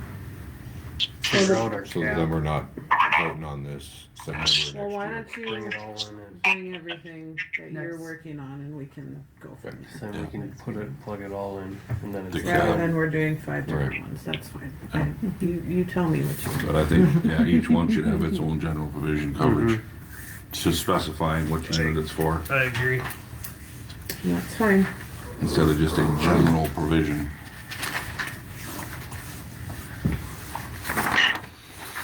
Okay.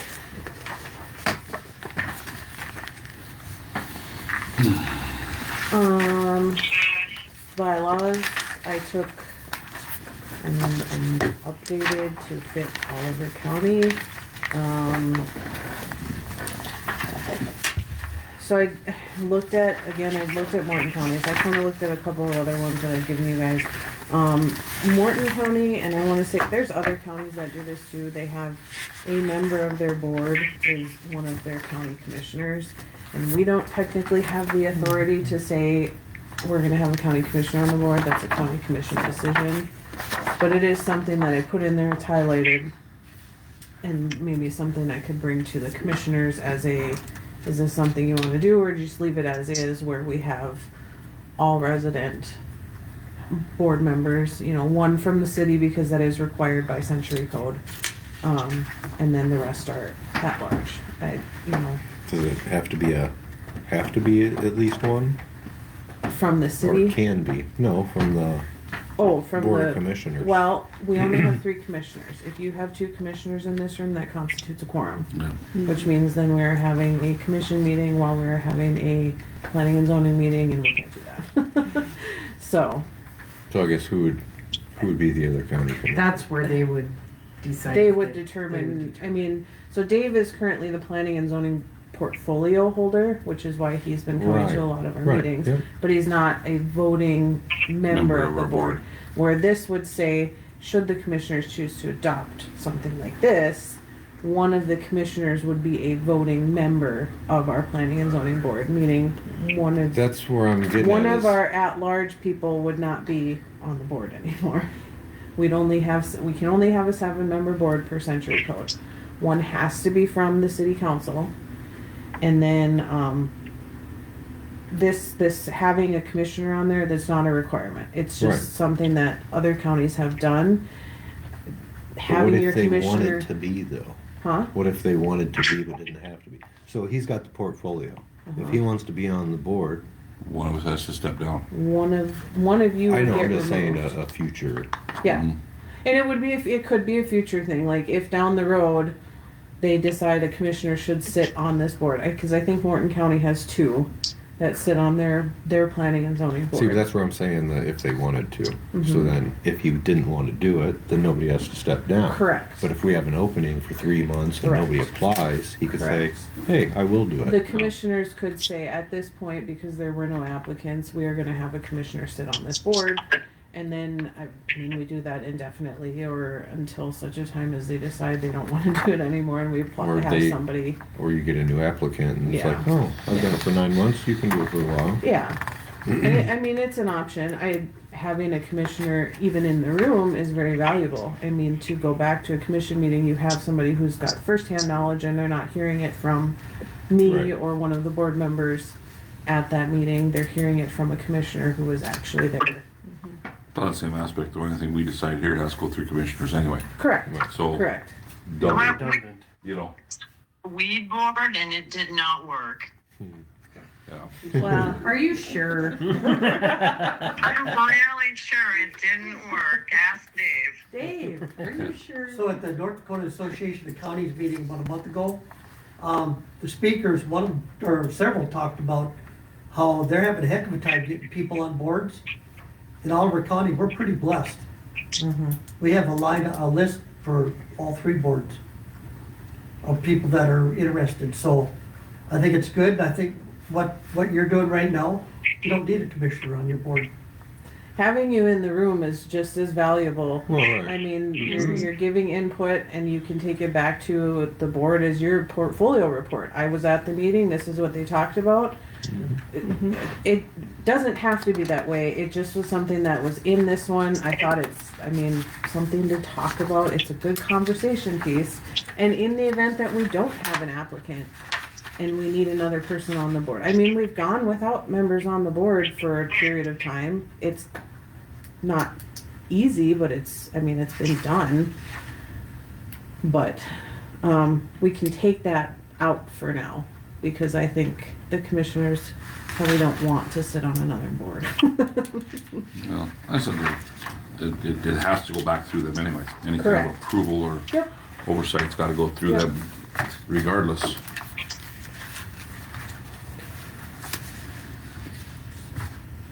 I mean, everything else in here, like especially this first part is it's pretty common sense. We need a chair, we need a vice chair. The only thing on here that we don't actually have in writing was a chairperson pro tem, meaning if your chair and vice are gone, you guys as a board get to vote to pick somebody for that meeting to run the meeting from the board, not From the 4 existing members. from the existing members, correct. We Staff. had a pro tem for a couple meetings, and it was Patrick, who was not a board member. I think that was one meeting and we weren't sure what to do and then at that time we had to make that work. So I think we did have a time when Corey and Lonnie were both gone and that is when Patrick was here because we had. No, there was another time. There's one other time, I think. I don't.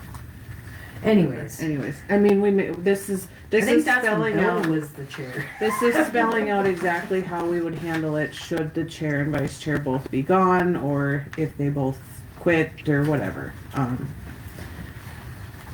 Staff duties, I just pulled that from our ordinance because that's kind of already been spelled out.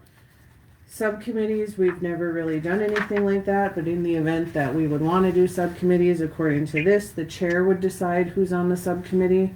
Other counties I've heard the commissioners get to pick who's on the subcommittee. I don't know that we need this. It was just something that's in there. Kind of up to you guys if you feel that we should. I mean, I feel as a board, we're kind of doing our committee work anyways, so to make it even smaller and have more meetings would be.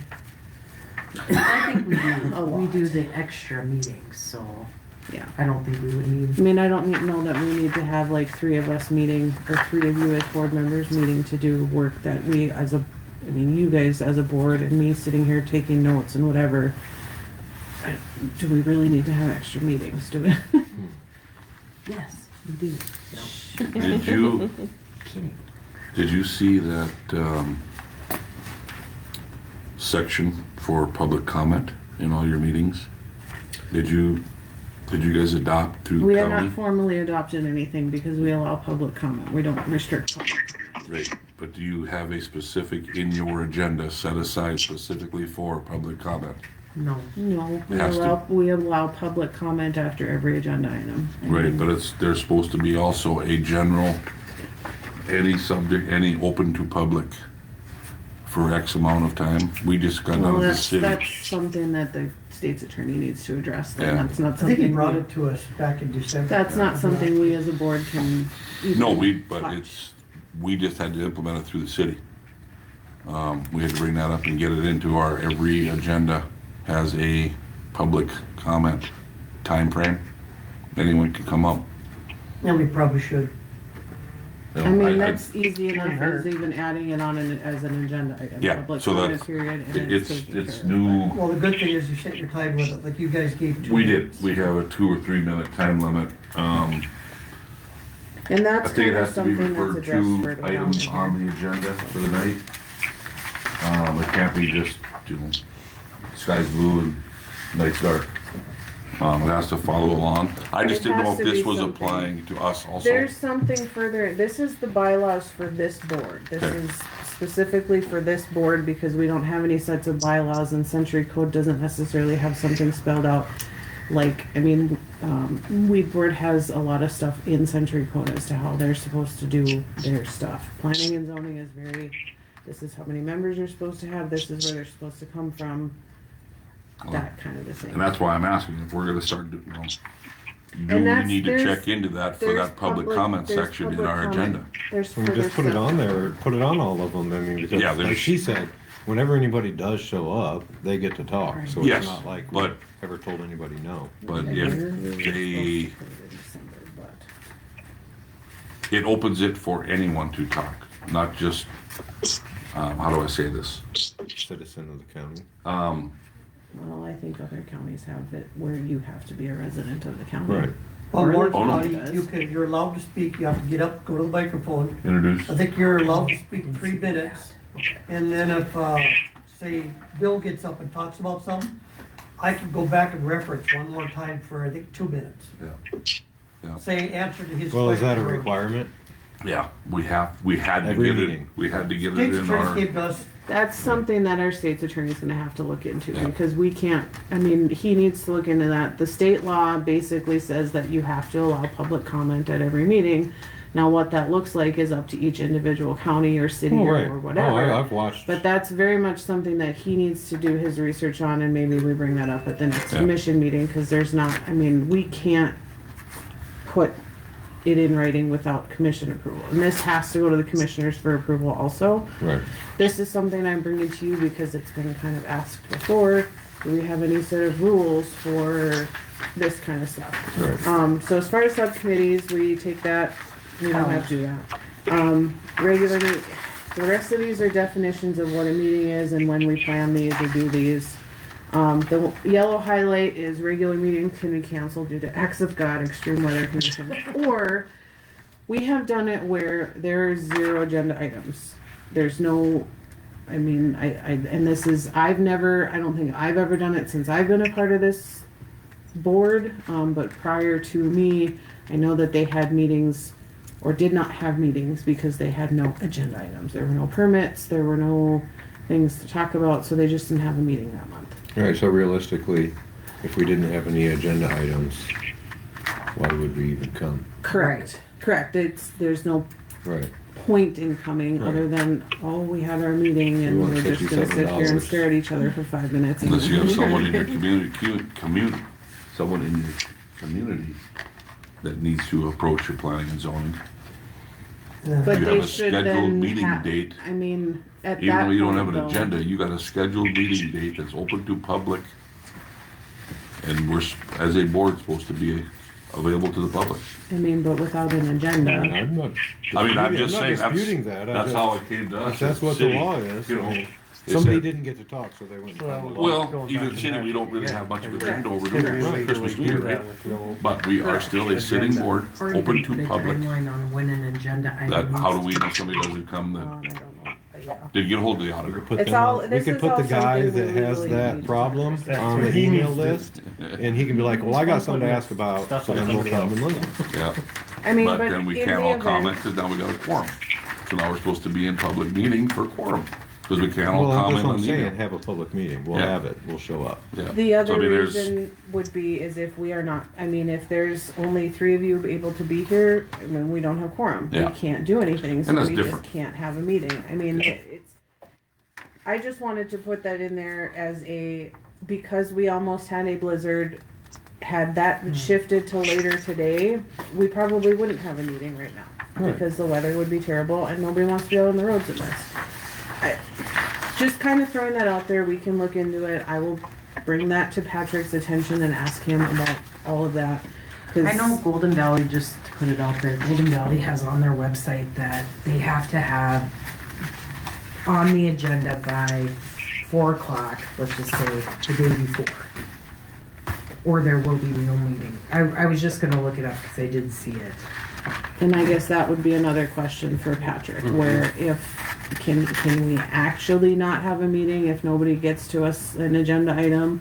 Or do we, I mean, Is there a certain time frame that we Yeah. have to? Well, I guess that's the other side of it is, like Troy's saying, that we have to be here for somebody to come in. But it's, at that point, are we a grievance board? Is that what they're coming in for? Because if they don't have an item that's board I related, mean, what as would a they be planning coming and to zoning speak board, about? we're Just essentially a curious, what type of subcommittee. thing? Who knows, there might have been an emergency accident happened on their property or on an easement or on a right of way. I mean, are those things though that's that not they come and something we as a complain to board us? can handle, that's Or a they go to the commission issue. commission? But even our side of it, you gotta go through, you gotta get your public records, you gotta get your No, I your agree. minutes agreed and voted on, and that's gotta get to the public, every month it happens. Did you say you were gonna take the subcommittee out? Yes. Okay, so like the school board, is still using it because they come up with a playground committee. So Well, we probably and- should keep something, because like this, CO2 thing, 2 or 3 people could go in and have 1 or 2 meetings without everybody. The quorum, And it without wouldn't be a being listed quorum. as quorum. But it's frowned upon. What's that? It's frowned upon if you're a member of a board and I there's have like, a comment on subcommittees when you got time. okay, Oh, I'm just curious if you're gonna have a subcommittee meeting, if you're not taking it out, is it a paid meeting? Or is it a volunteer? Because I need to know that for payroll. it's fair. I mean, that technically you're still acting as a board member at a subcommittee meeting. I mean, technically. Then it would be paid. So I would need vouchers. To just trying to clarify if you leave it in there. I mean, and that's where, in my opinion, for planning and zoning, we're already technically a subcommittee of the county commission. We are here as an advisory board working on ordinances, permits, whatever. We're advising the commissioners to do this. I don't feel that we as a planning and zoning board should maybe have subcommittees unless it's something that's definitely warranted. Then I feel like maybe that should more come from the direction of the commission versus us as a board. The only one I'm thinking about is our comprehensive plan. We have you two coming. But you guys wanted to. Yeah, that's steering committee. Or steering committee, yeah. But, you take like what Dave just said, say there's a special meeting, Fargo, Jamestown. We could send 3 members of our board, not as a quorum, on representation for our committee and our county. Now you have 3 representatives there. That's where your quorum stuff comes into play here. And even if you don't have a quorum, it is still technically frowned upon. It could be frowned on all they want, but it's not a quorum. I Who's, could, who's doing the frowning? Because I don't care. Well, it's an open meetings, open records thing. The people Right. that have pushed this open meetings and open records is very much about the transparency. So if 3 of you are meeting to talk about county zoning stuff, I mean, somebody's gonna Yeah, look but at that if and we say, why can't are you make, talking we about can't it?" make motions, we I can't know. pass. That's the thing, is if Nothing you're can't at vote. gets done. if you're at another county at a seminar Yeah. or That's something. different. That's different, and Right. there is stuff and rules that talk about that. All 3 commissioners went to a conference. Mhm. But they're not They're making all it, 3 there. They're not. they're not having a making meeting, motions, they're not making voting on stuff. motions. Yes. That's where the Yep. quorum changes. Yep. City council, we got 3 members. We can't even discuss a project. I sent emails and got in trouble. I know. Right now, if we're all on one email, that's open public record. Correct. Yeah. That is. Yep. 3 of us on there, it's not. All it is a discussion. So we just went through this through city council, because there's only 3 members. I guess that was like the lack of my understanding is because the things I said I would have printed and put on the bulletin Yeah. board, so But it's, put you it in know, the paper, I don't care. so I think it could stay listed in it. The No, that's subcommittee fine. just We in can leave that case. in. That's fine. I'm not, yeah, we'll leave it in there and then if we Then need it's to covered if revise we it, ever need that's to do fine. it. Yeah. It's Okay, just, so moving on, cause I know Greg wants to go home too. She's like, no. Talks about quorum. Obviously, we know quorum is 4 of us. You know, there's ways to participate if you can't be in person. Majority of members present shall be required to pass a motion.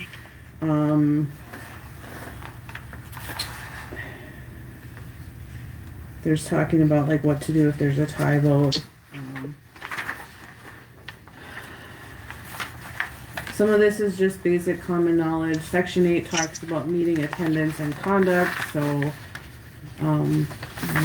this is, you know, pulled from Morton County. I think a lot of counties have something similar. Or there's some that I've talked to or that sent me stuff. They'll make every attempt to attend all meetings and shall take such time as necessary to prepare themselves for hearings and meetings. What that looks like is obviously up to each of your guys' interpretation as to how you prepare. This number 2, if a planning and zoning board member is absent from 3 consecutive regular meetings or any 6 regular meetings within a calendar year without being excused by the chair, they'll be contacted to discuss the absences and possible resignation.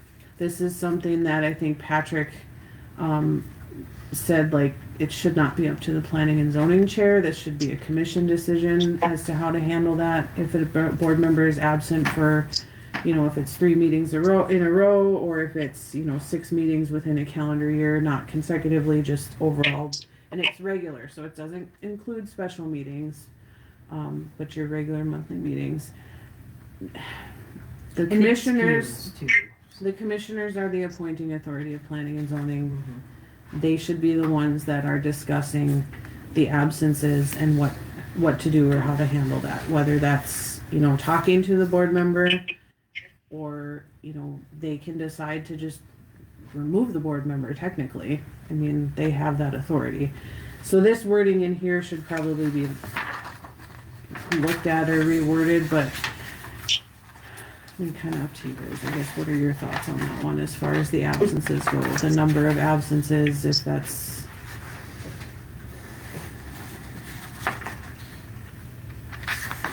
Yeah, I guess I haven't, Is that what it is for other boards?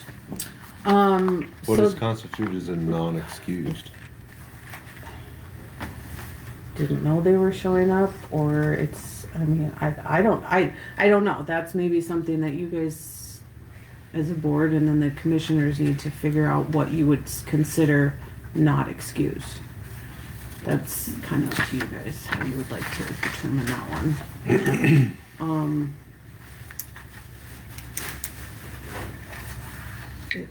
I was just saying I won't be there without any explanation would be considered an unexcused absence, wouldn't it? Well, then when you ask them what they were actually doing, then, you know, then you get an excuse.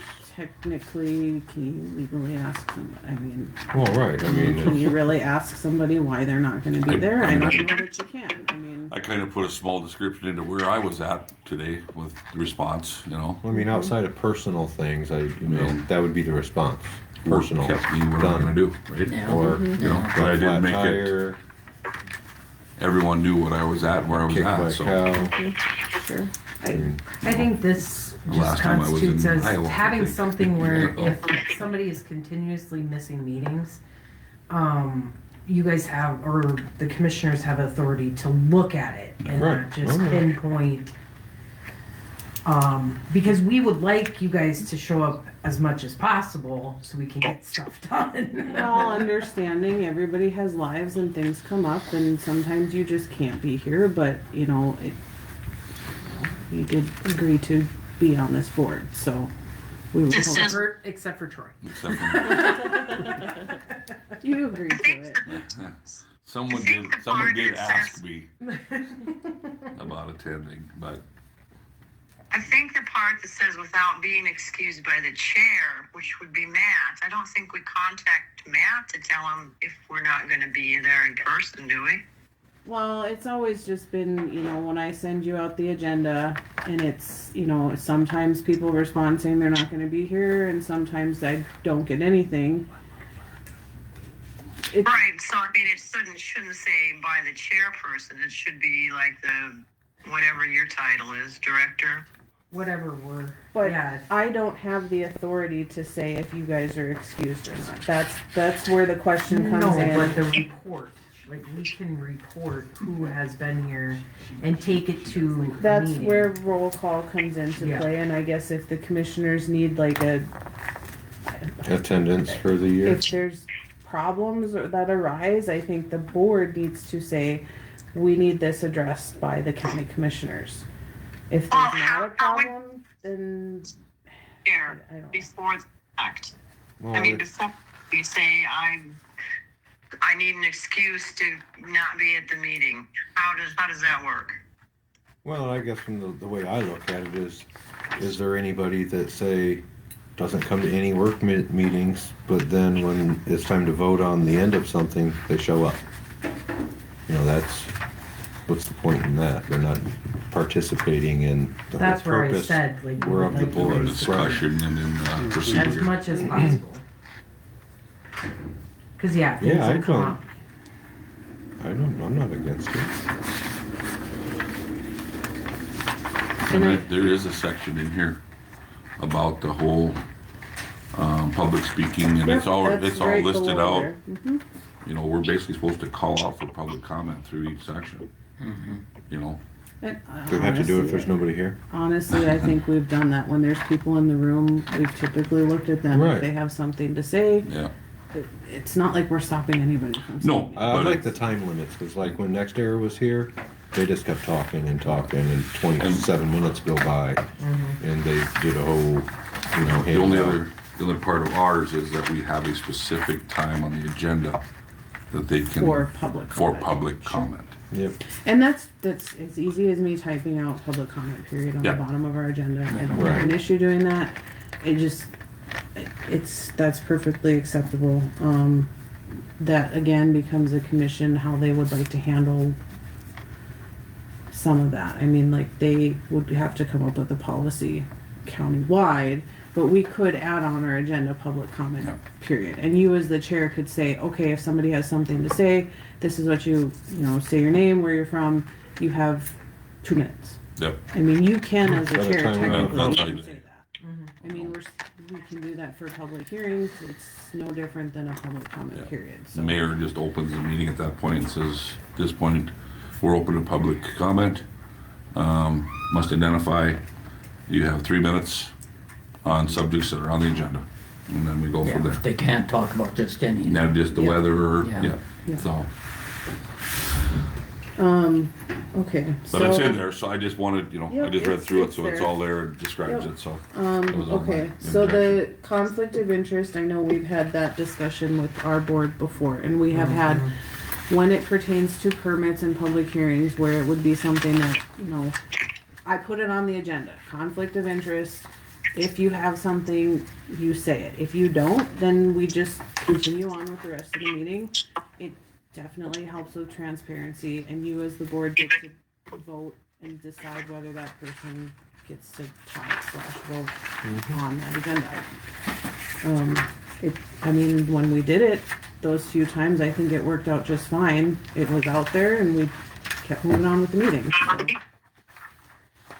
So.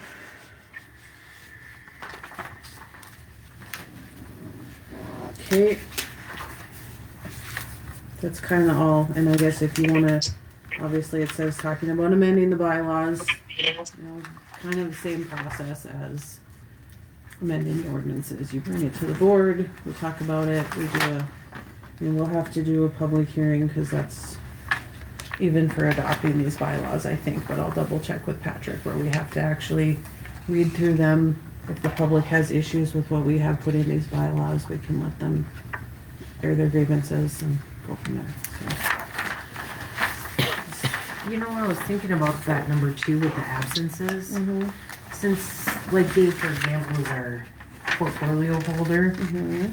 why don't we, like, once a month, like we were high, just give them, hey, these, you know, give them updated attendance sheet. I And then don't- if he decides he wants to take it, because ultimately it's up to them.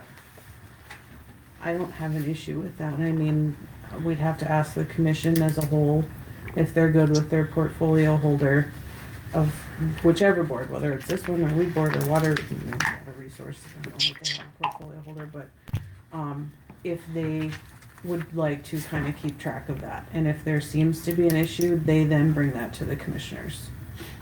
What do you think, Dave? Okay, fill me in. I was just saying, like, what if, like, Jaden or I would give you, like, every quarter or something? Just, hey, this is This is your roll, this is the your roll call. your roll call. Who has been here, who has not? And then if you think that it's convenient enough to bring it up to the commissioners, you can bring it up to the commissioners. And it's not necessarily these guys It's not coming deciding from the board. from the board per se, but it's coming from a commissioner directly. So, a couple of the other counties, Mercer and Morton, the way they do it is being they have a board member on, like, the planning and zoning. Oh, commissioner, yeah. Otherwise, beads, you don't, I think it's supposed to be where somebody from the board comes to the commission with your report, but you already have that with Linda. So, you're covered there, so on our end, yeah, I mean, that would work, because Linda could report for everything you guys are doing. Linda doesn't report, I do. Oh, God, don't volunteer any more workloads for me. So like I said, Linda could report to No, Patty and I bring planning and zoning to you guys, so. But I'm just saying, like, we can go to you As the portfolio as the holder. portfolio holder saying, hey, this is the roll call, do with what you want. Yep. And then you decide whether you're bringing it to the commissioners. I mean, the way I do roll call is I had just made a sheet, so it's just easy for me to just write an X, and it has everybody's name on there. I put the date of the meeting, and I just put it in my stack of planning and zoning stuff, so I just have it. I mean, because we do roll call now, and then it's easier for me to keep track of, so when I can do my minutes, I look back at my sheet of, then I don't have to write you guys' names down every time. So, if that's something, I mean, we can adjust the wording for that particular portion to say that, you know, like, We, or whatever our the name. planning and zoning department or whoever shall keep a roll call. And every quarter we submit roll call to the portfolio holder, who then determines how to handle absences. And this wording is from Morton County, and it specifically says, if somebody misses 3 consecutive regular meetings, then it becomes something that needs to be looked at. If you're missing like 1 meeting here, and then like 3 months later you're missing one because you're sick, or you have some, that's not what this is about. This is like if you're consistently missing, and it's Week, monthly. correct. It's not Well, like and it's it's 6 regular meetings within the calendar year, because like we said, you know, dealing with these ordinances, you guys are discussing it, and then, like you said, Matt, when it comes to voting, then you show up, so. And it specifically says regular meetings. It's not work sessions. That doesn't get That's included up in and this above. count. That's an extra meeting that half the time we're not accounting for. We haven't had special But meetings until Today's a recently. regular meeting, Correct. Right. Today is a and regular we're meeting. doing work. Correct. Oh. Right. Correct. I maybe take it home and eat it a little bit, digest it, and we'll come back to it and kind of see if there's anything different.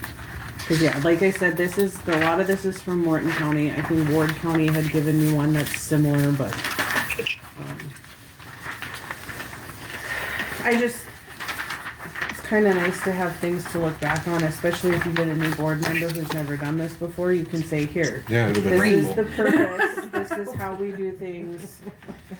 then they're not coming in being like, now, Blindsided. you know, it's just something good to have. I think when I was looking, I found like 2 different ways boards could be run, and it's like, well, which one do they use? Right. And we have not formally adopted Robert's Rules of Order in Yeah, this that's what it county, was. so. Yeah, Robert's um, rule, that's what's one of them.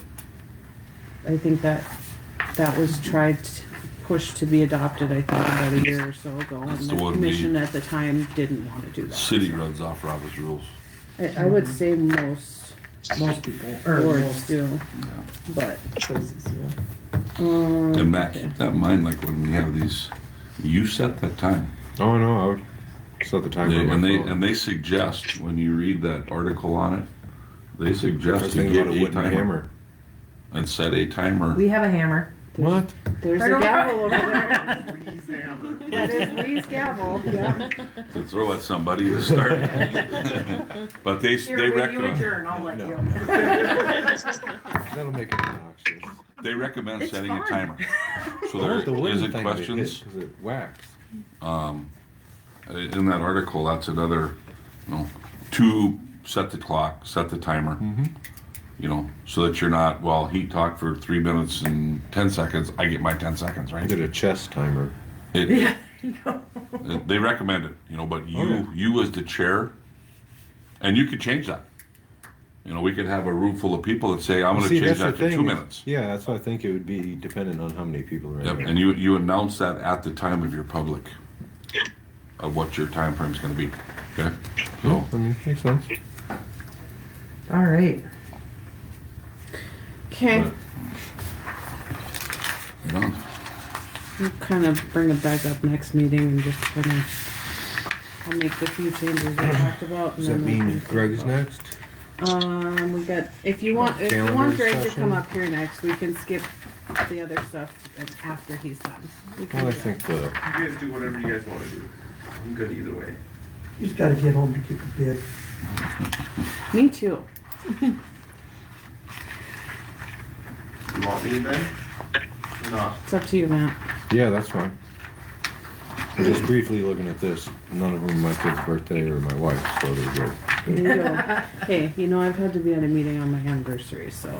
See, that's not the same. That's, Hi, I'm Greg Petrick, if you guys don't know me, work at B&I Coal. Wanted to approach you guys, know I'd been talking with Jaden this summer, and then I actually came to the commissioners, and they kind of referred me back to you guys here again. We're looking at doing a conditional land use permit for adding 160 acres to it. We're doing a permit expansion next year of adding 160 acres of land into our mining permit, the North Dakota Public Service Commission. So part of that is we need to zone it from agricultural to mining, or mining agricultural is how a lot of them have ended up getting changed, because there's still agricultural activity occurring, not just mining. With that, when we put this application together, I was going off of the previous one that we had used, and it was pretty straightforward of how a fee schedule was. You guys adopted a new fee schedule here recently. It was more around cost of projects. We didn't know how that cost of projects fit into what we were doing, of just continuing an operation. To me, it seemed like it's more around buildings and infrastructure, and that's not something that we do as buildings and infrastructure. To cost that out. I was gonna bring to you guys talked about it a lot today, of referencing what other counties do. So I brought what Mercer County does, and what they do it as is a per acre basis. That's also what McLean does. And they do that specific, they call it a specific area for like coal mines and landfills are incorporated into that for land use, and then they have like other ones for like the power plants are their own one, transmission facilities that are their own one. So all these have these own ones. They all then also go back to that they do have, similar to you guys, of like a cost of project. They just say that directly, whether it's a building, like infrastructure that has to do with a project. So I guess I'm just kind of wondering, posing two things here. One is, what would we like to do for a fee schedule to add this in? And then I guess kind of going forward so we can appropriately submit an application. I guess, did we change anything that would, I guess, So reflect on mining? the the application that we currently have is, like industrial conditional use permits is 1/10 of 1% of the total cost of the project plus $1 for every acre over 10 acres. So,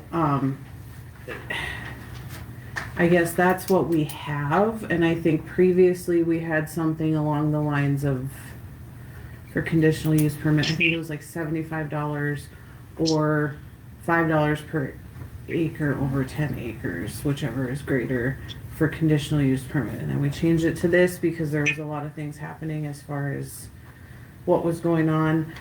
I guess when they approached me, when I looked at it, I took it as the total cost of the project within the 160 acres that you're expanding into. What does it cost you to open this up and do it?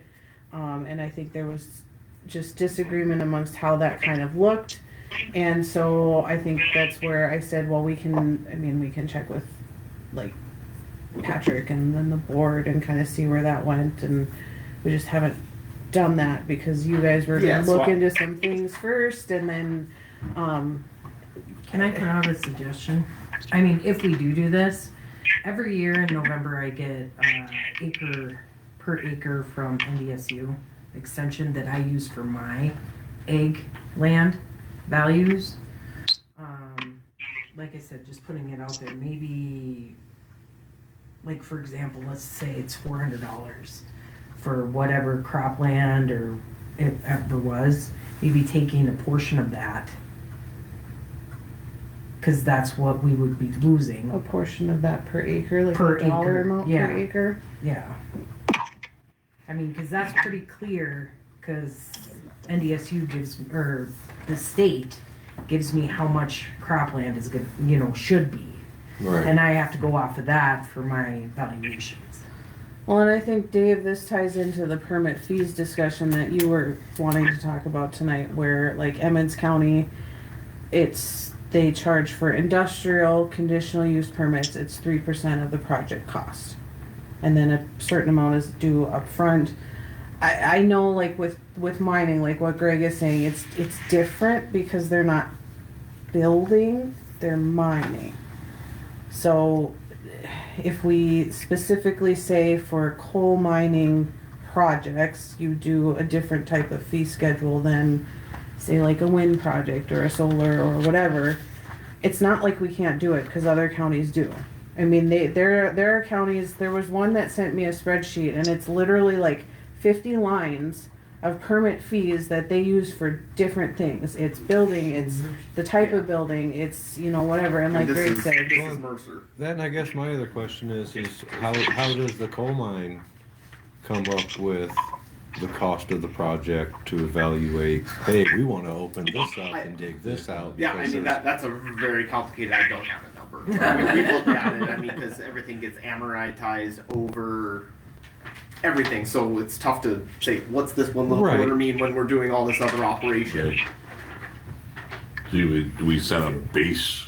Yeah, I guess I just don't fully understand how the internal workings of the mine when it comes to the financial side of it. Because I've done work in the mine, and they've got all these parts warehouses to replace everything in the mine, and Yeah, the but- wall when you walk in the door with earplugs and little flashlights and Sharpies, and all that stuff costs a lot. I mean, I buy office supplies.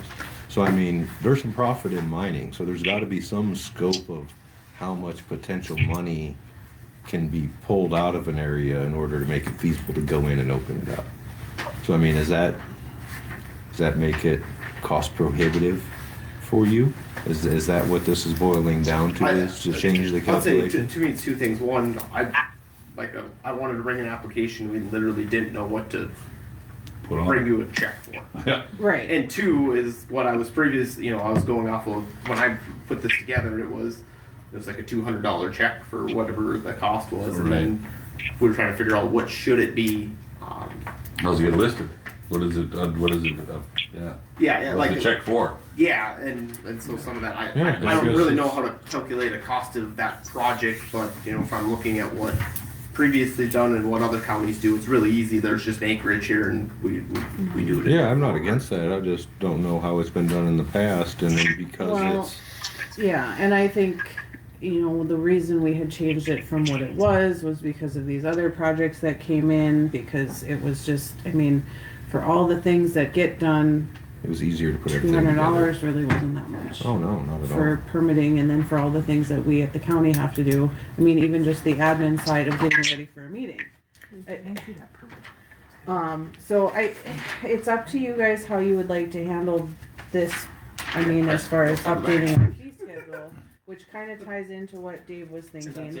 If we need to specifically like, Do it so the county can make the most amount. well, and I think if we're gonna update our permit fees, then we need to look at everything. And we can't, I mean, if we're gonna do it, we've had it where it's just strictly industrial, is this one. Well, clearly we're finding out that each industrial type of project has a little bit different features Cost. to it. There's different Right. costs to it. It's different. It's not a one size fits all.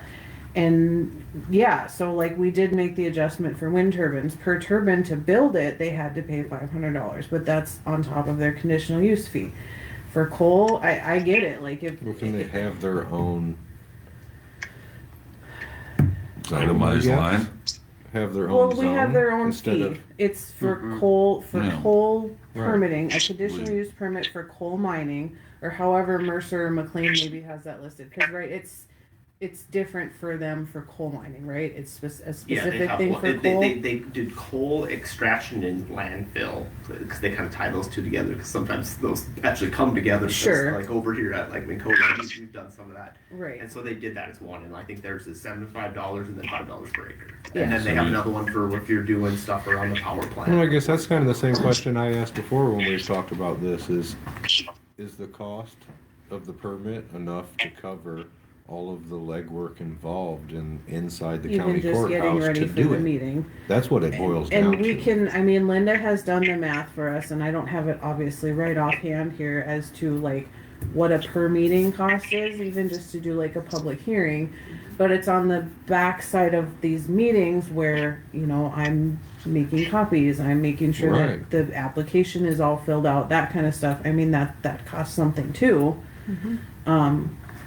That dollar amount we can look at, and then we adjust the fees as needed to do that, because I think that's kind of where Austin from NL was trying to come in to say that rather than paying the entire fee up front, they get to pay like an admin cost of X amount of dollars that we would determine to do the public hearing and meeting, and then after that's been approved, then they pay the rest of it. What's your time frame? So this is something we'll be looking at going in to the state likely late first quarter, early second quarter.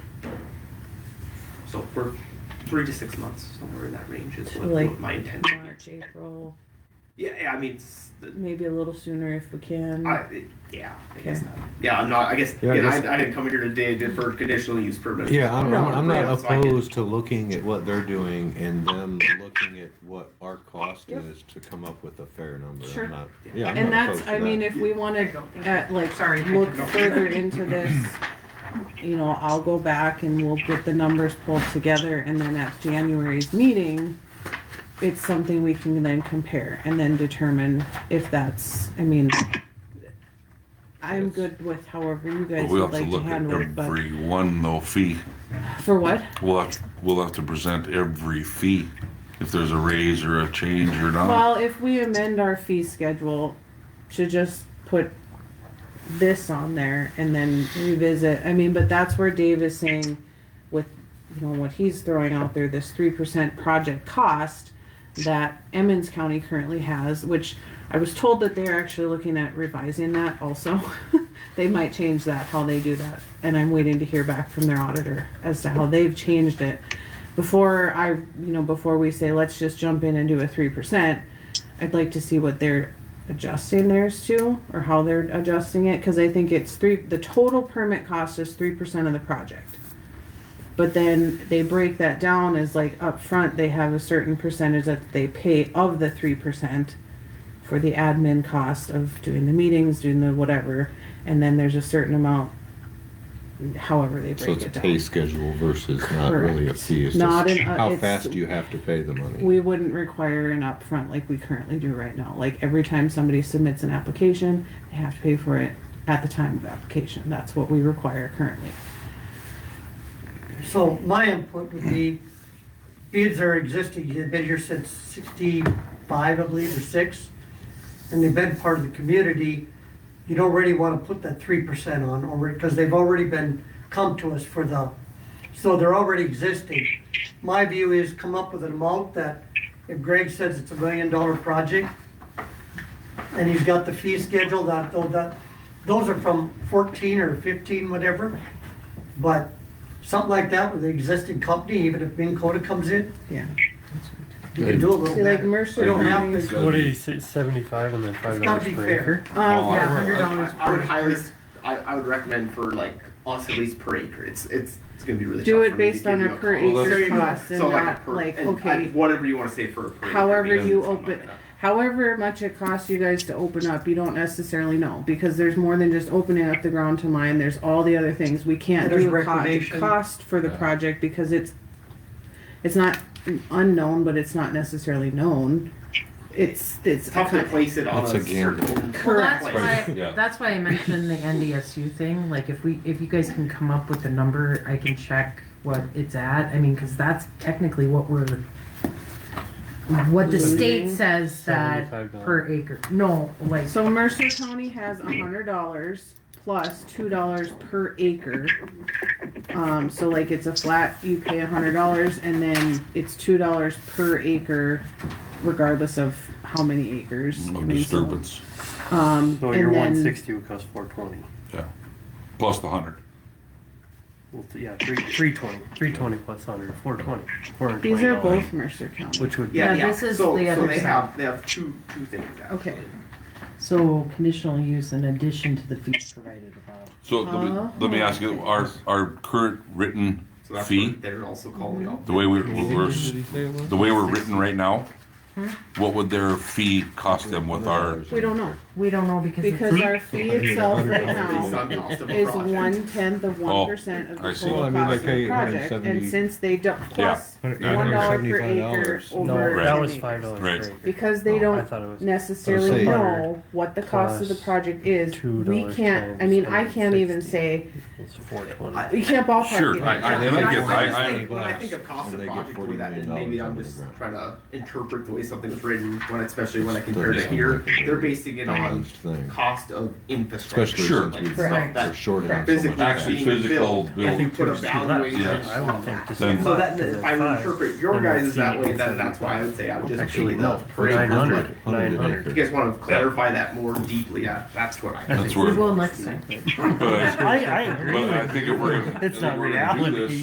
this, We're getting a little we need to too get much. that list like these other ones and go right down the list and set your fees according, how do you put this? So Greg's here now asking for this conditional use permit. What if somebody walks to the door tomorrow and it's not in the coal mine and would, so what's my conditional use permit gonna be? Well, let's take a look. That's why We gotta get a list where people can start looking and at the. we have a list. So, We have a list, and it's specifically based on residential or agricultural, commercial, and industrial. Should add coal to it. Wind has, well, and that's fine, if we need to break industrial down into coal, wind, so if we need to break it down by that, we can do that. We have a list right now, and clearly it's not a one size fits all. Yeah, That's why we exactly. need to Right. review it and rethink it, and that's fine, but I need to know where to start, and this is a good starting point, because when when I talked to Greg and Lane originally, I'm like, well, it's the total cost of your project. I'm thinking, whatever it costs you guys to work that 160 acres, put that down, and then we do the percentage based off that. Well, if they can't yeah. it's- give a decent number, or if they could have told me it's gonna cost us like $100,000, and I have no way of knowing if that's No, accurate or right, not. Knowing full well $100,000 is a really low ball number. I can't dispute that. Where, I mean, the total cost of the project is very helpful to know in a lot of these situations. And I know that number gets sent to the PSC for some of these types of projects, but I get what you're saying. And what did you guys pay before? How was it structured before? We had $75 or $5 per acre over 10 acres. So I guess Whichever why is at the greater. time when it got changed, No, What do I want for this? didn't somebody take this into consideration? I think when we changed it, B and I didn't bring anything. I didn't know. They didn't have anything in the. Well, I know, it's Whatever. coal country, so you just think that, you know, it's an evolving Well, at the thing time and when we everybody talked keeps you in about it, mind. wind was very much prevalent and everything else was kind of, we just weren't even thinking about it, even though we know it's here. It Right. just wasn't something that was kind of across everybody's mind at that time. And this was before, I think, all of you were on the board. Right. And That's why that I'm kind of trying to get up to speed on, you know, how Like, I think how this it was went like from the something for him board to of- have to come in and ask it to be a changed. few years ago. And I had brought it to the board as a, hey, we have really low fees here. When I looked at other counties. I mean, we still have relatively low fees compared to a lot of other counties right now. Trying to get there, I have a We got a comment. section in here already that lists I tried to what's find right in the it. webpage again, but- Conditional use permit, use land structures which are not considered desired use land structures correct. within a described zoning district, $200 plus $1 for every every 10 acres. I'd say, I mean, tell me you want 50,000 and donate it to the school for the new furnace. Yeah. They're gonna donate anyway. Can we put it after the Make new it simple. Linda's got a comment. Linda's got a comment. I would think, right now it's at project cost. In this particular instance, do they already own the land or do they have to buy the land? If they have to buy the land, It's that's leased. Lease land. They don't own it, they're just leasing it to mine it, and then it goes back to ag, and then it goes back to whoever owned it. Well, I would think that they know how much they're paying for a lease, so that would be a project cost. That's what I got? Yep. Yeah. Here, I'll give you just one page. I can handle two, I'm a big kid now. Well, do you need the whole application? I didn't think so. You're fine. I mean, that section right there, it falls right into it. It describes it and falls Patty, right this into it. is just residential and commercial, that's not industrial. There's a different application Where's for the industrial one? There's a different application, Well, then- they're two separate ones. Okay, Sorry, I grabbed the wrong one. what you want page back? Yes. Well, actually, look at, I mean, That is if we're residential looking and at fee commercial. schedules, So is the industrial really different, It's different, but really but different? no. yes, Okay, it is. There's no flat fee, I can't print from here, Why not? because I can't, it's not hooked up to my computer. It's fine, I guess I'll that's the just look thing. it up and I'll tell you. Okay, so I would think per industrial- acre is Gas station. probably gonna be the easiest. that's the way. easiest way to look We at built a it. gas station in Killdeer, and their building permit was $14,000 to build a gas station. Yeah, they're looking at structure and everything. No, yeah, I'm just trying to understand how counties come up with these numbers, because it just does seem so low for the amount of work involved, for all of us to come here, for their salaries in the offices. I would think that the fee isn't based on who can afford it, it's based on what does it cost to have The a fees have fee very structure little and system to reason be in behind them. place. I'll just be honest. The fees right now, zero reason behind them. There's no like, this is not how much it costs for us to do office work or have a meeting. It was very much just a random number picked out. This is what we think maybe would sound good. We don't want to be overly That's my high, point. but at the same time, now I'm realizing that this is not high enough sometimes. Our industrial permit for conditional use is $200 or 0.001 times the total cost of the project, whichever is greater, plus $1 for every acre over 10 acres. Typically, these types of projects are going to be well over what it would be come out to be $200 typically. But Right. because, like Greg is saying, for theirs, They don't know the project number. cost can't be determined necessarily because it's not. It's not infrastructure. It's that's not. being built. It's. I mean, The way it's written down, it costs about $368. Would you say 168 acres? Yeah, ballpark. So $200 and $1 over 10, you have a $368 permit. Is how it's written now. well, if they don't give us the project cost. Yeah, but Yeah. we can't assess that from them because how do we know? Because they So don't. we need to resort to the second side of our, Yeah, I just feel like Correct. because it's mining, it's totally different than every And other that's one. fine. I think then we need to adjust this and we can come up with some other kind of plan. And I'm good with that. I don't have an issue with putting on here specifically, like Mercer County has, coal excavation, mining, inert waste disposal sites, and related facilities in allowed zoning districts. If that's something we want to throw in there, I'm perfectly good with that, and we figure out the dollar amount. I don't know that I agree with the $100 plus $2 per acre, but that's something that.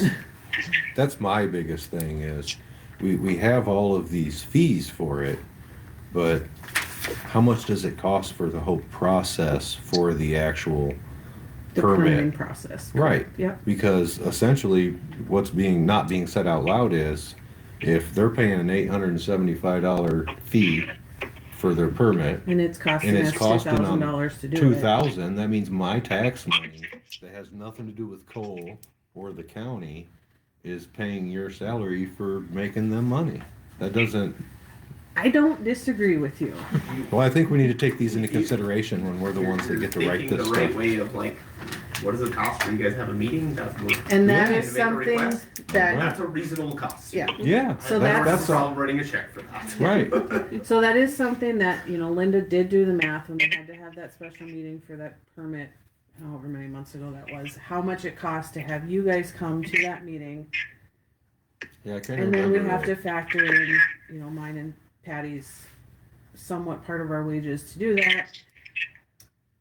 We can come up with a dollar Right. amount. I mean, that's That's what- easy that would be enough to do. fair. And then I think, like Greg is saying, a per acre amount. Yeah, Is- the goofy thing with this one is typically we don't. Sorry to talk over. You're you. fine, The, you're fine. Don't do when we do this. Normally we're doing like 5,000 acres at a time. Oh, right, I thought that 3,000. So the this is one 160 little was tiny small. novel. This is a So very it's tiny gonna one. it's gonna be a little bit weird in that sense when you look at a fee thing, because I think probably for you guys to review a 3,000 acre one and a 160 acre one, it's gonna be the same amount of time really, because there's not. What it is we show you that we have a lease from the landowners to do this. That's kind of what the application comes down to. Right, So, yeah. And this is where we're doing it. Yeah. yeah, so I guess again, I'm trying not to maybe throw so much here, but so maybe there is like a upfront fee, so maybe that should be weighted higher and then less per acre. Just trying to think of like to try and make it fair for a small one compared to a bigger one, but they're still somewhat equal. I don't know. That's however you guys want to take it. I'm just trying to be helpful. I'll do some math then.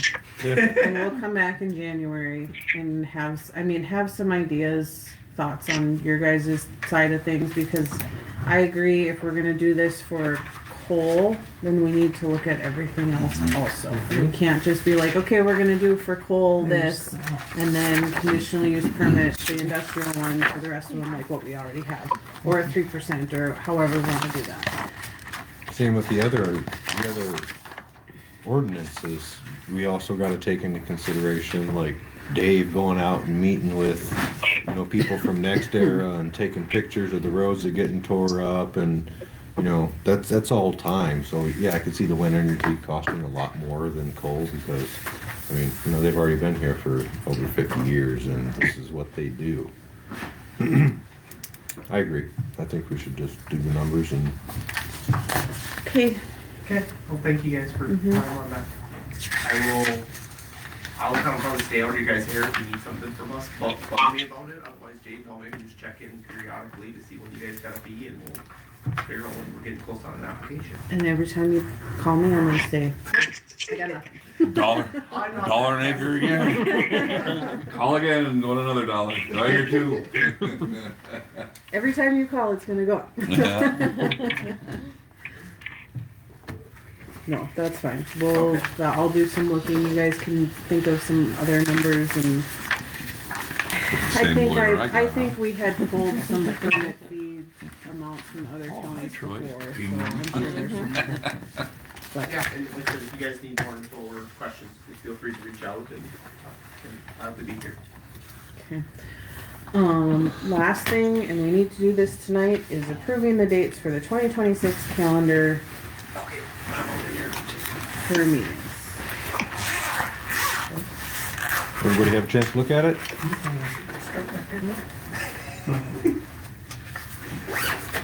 This is the last Thursday of the month except for November, December because of the holidays. Should we need to adjust these because of anything else, we can determine that throughout the year, but this is our regular set of meetings. I mean, It just pretty has to be. straightforward. We just have to Yeah. approve it, so. We get a motion to approve the, I'll make a motion to approve the Humboldt County Planning Zoning meeting dates pre-scheduled. we get a second? I'll second that. All in favor? I- I, Motion passed. Is that it? That's Anybody have anything everything else? for tonight. We failed. Failed. Meeting adjourned.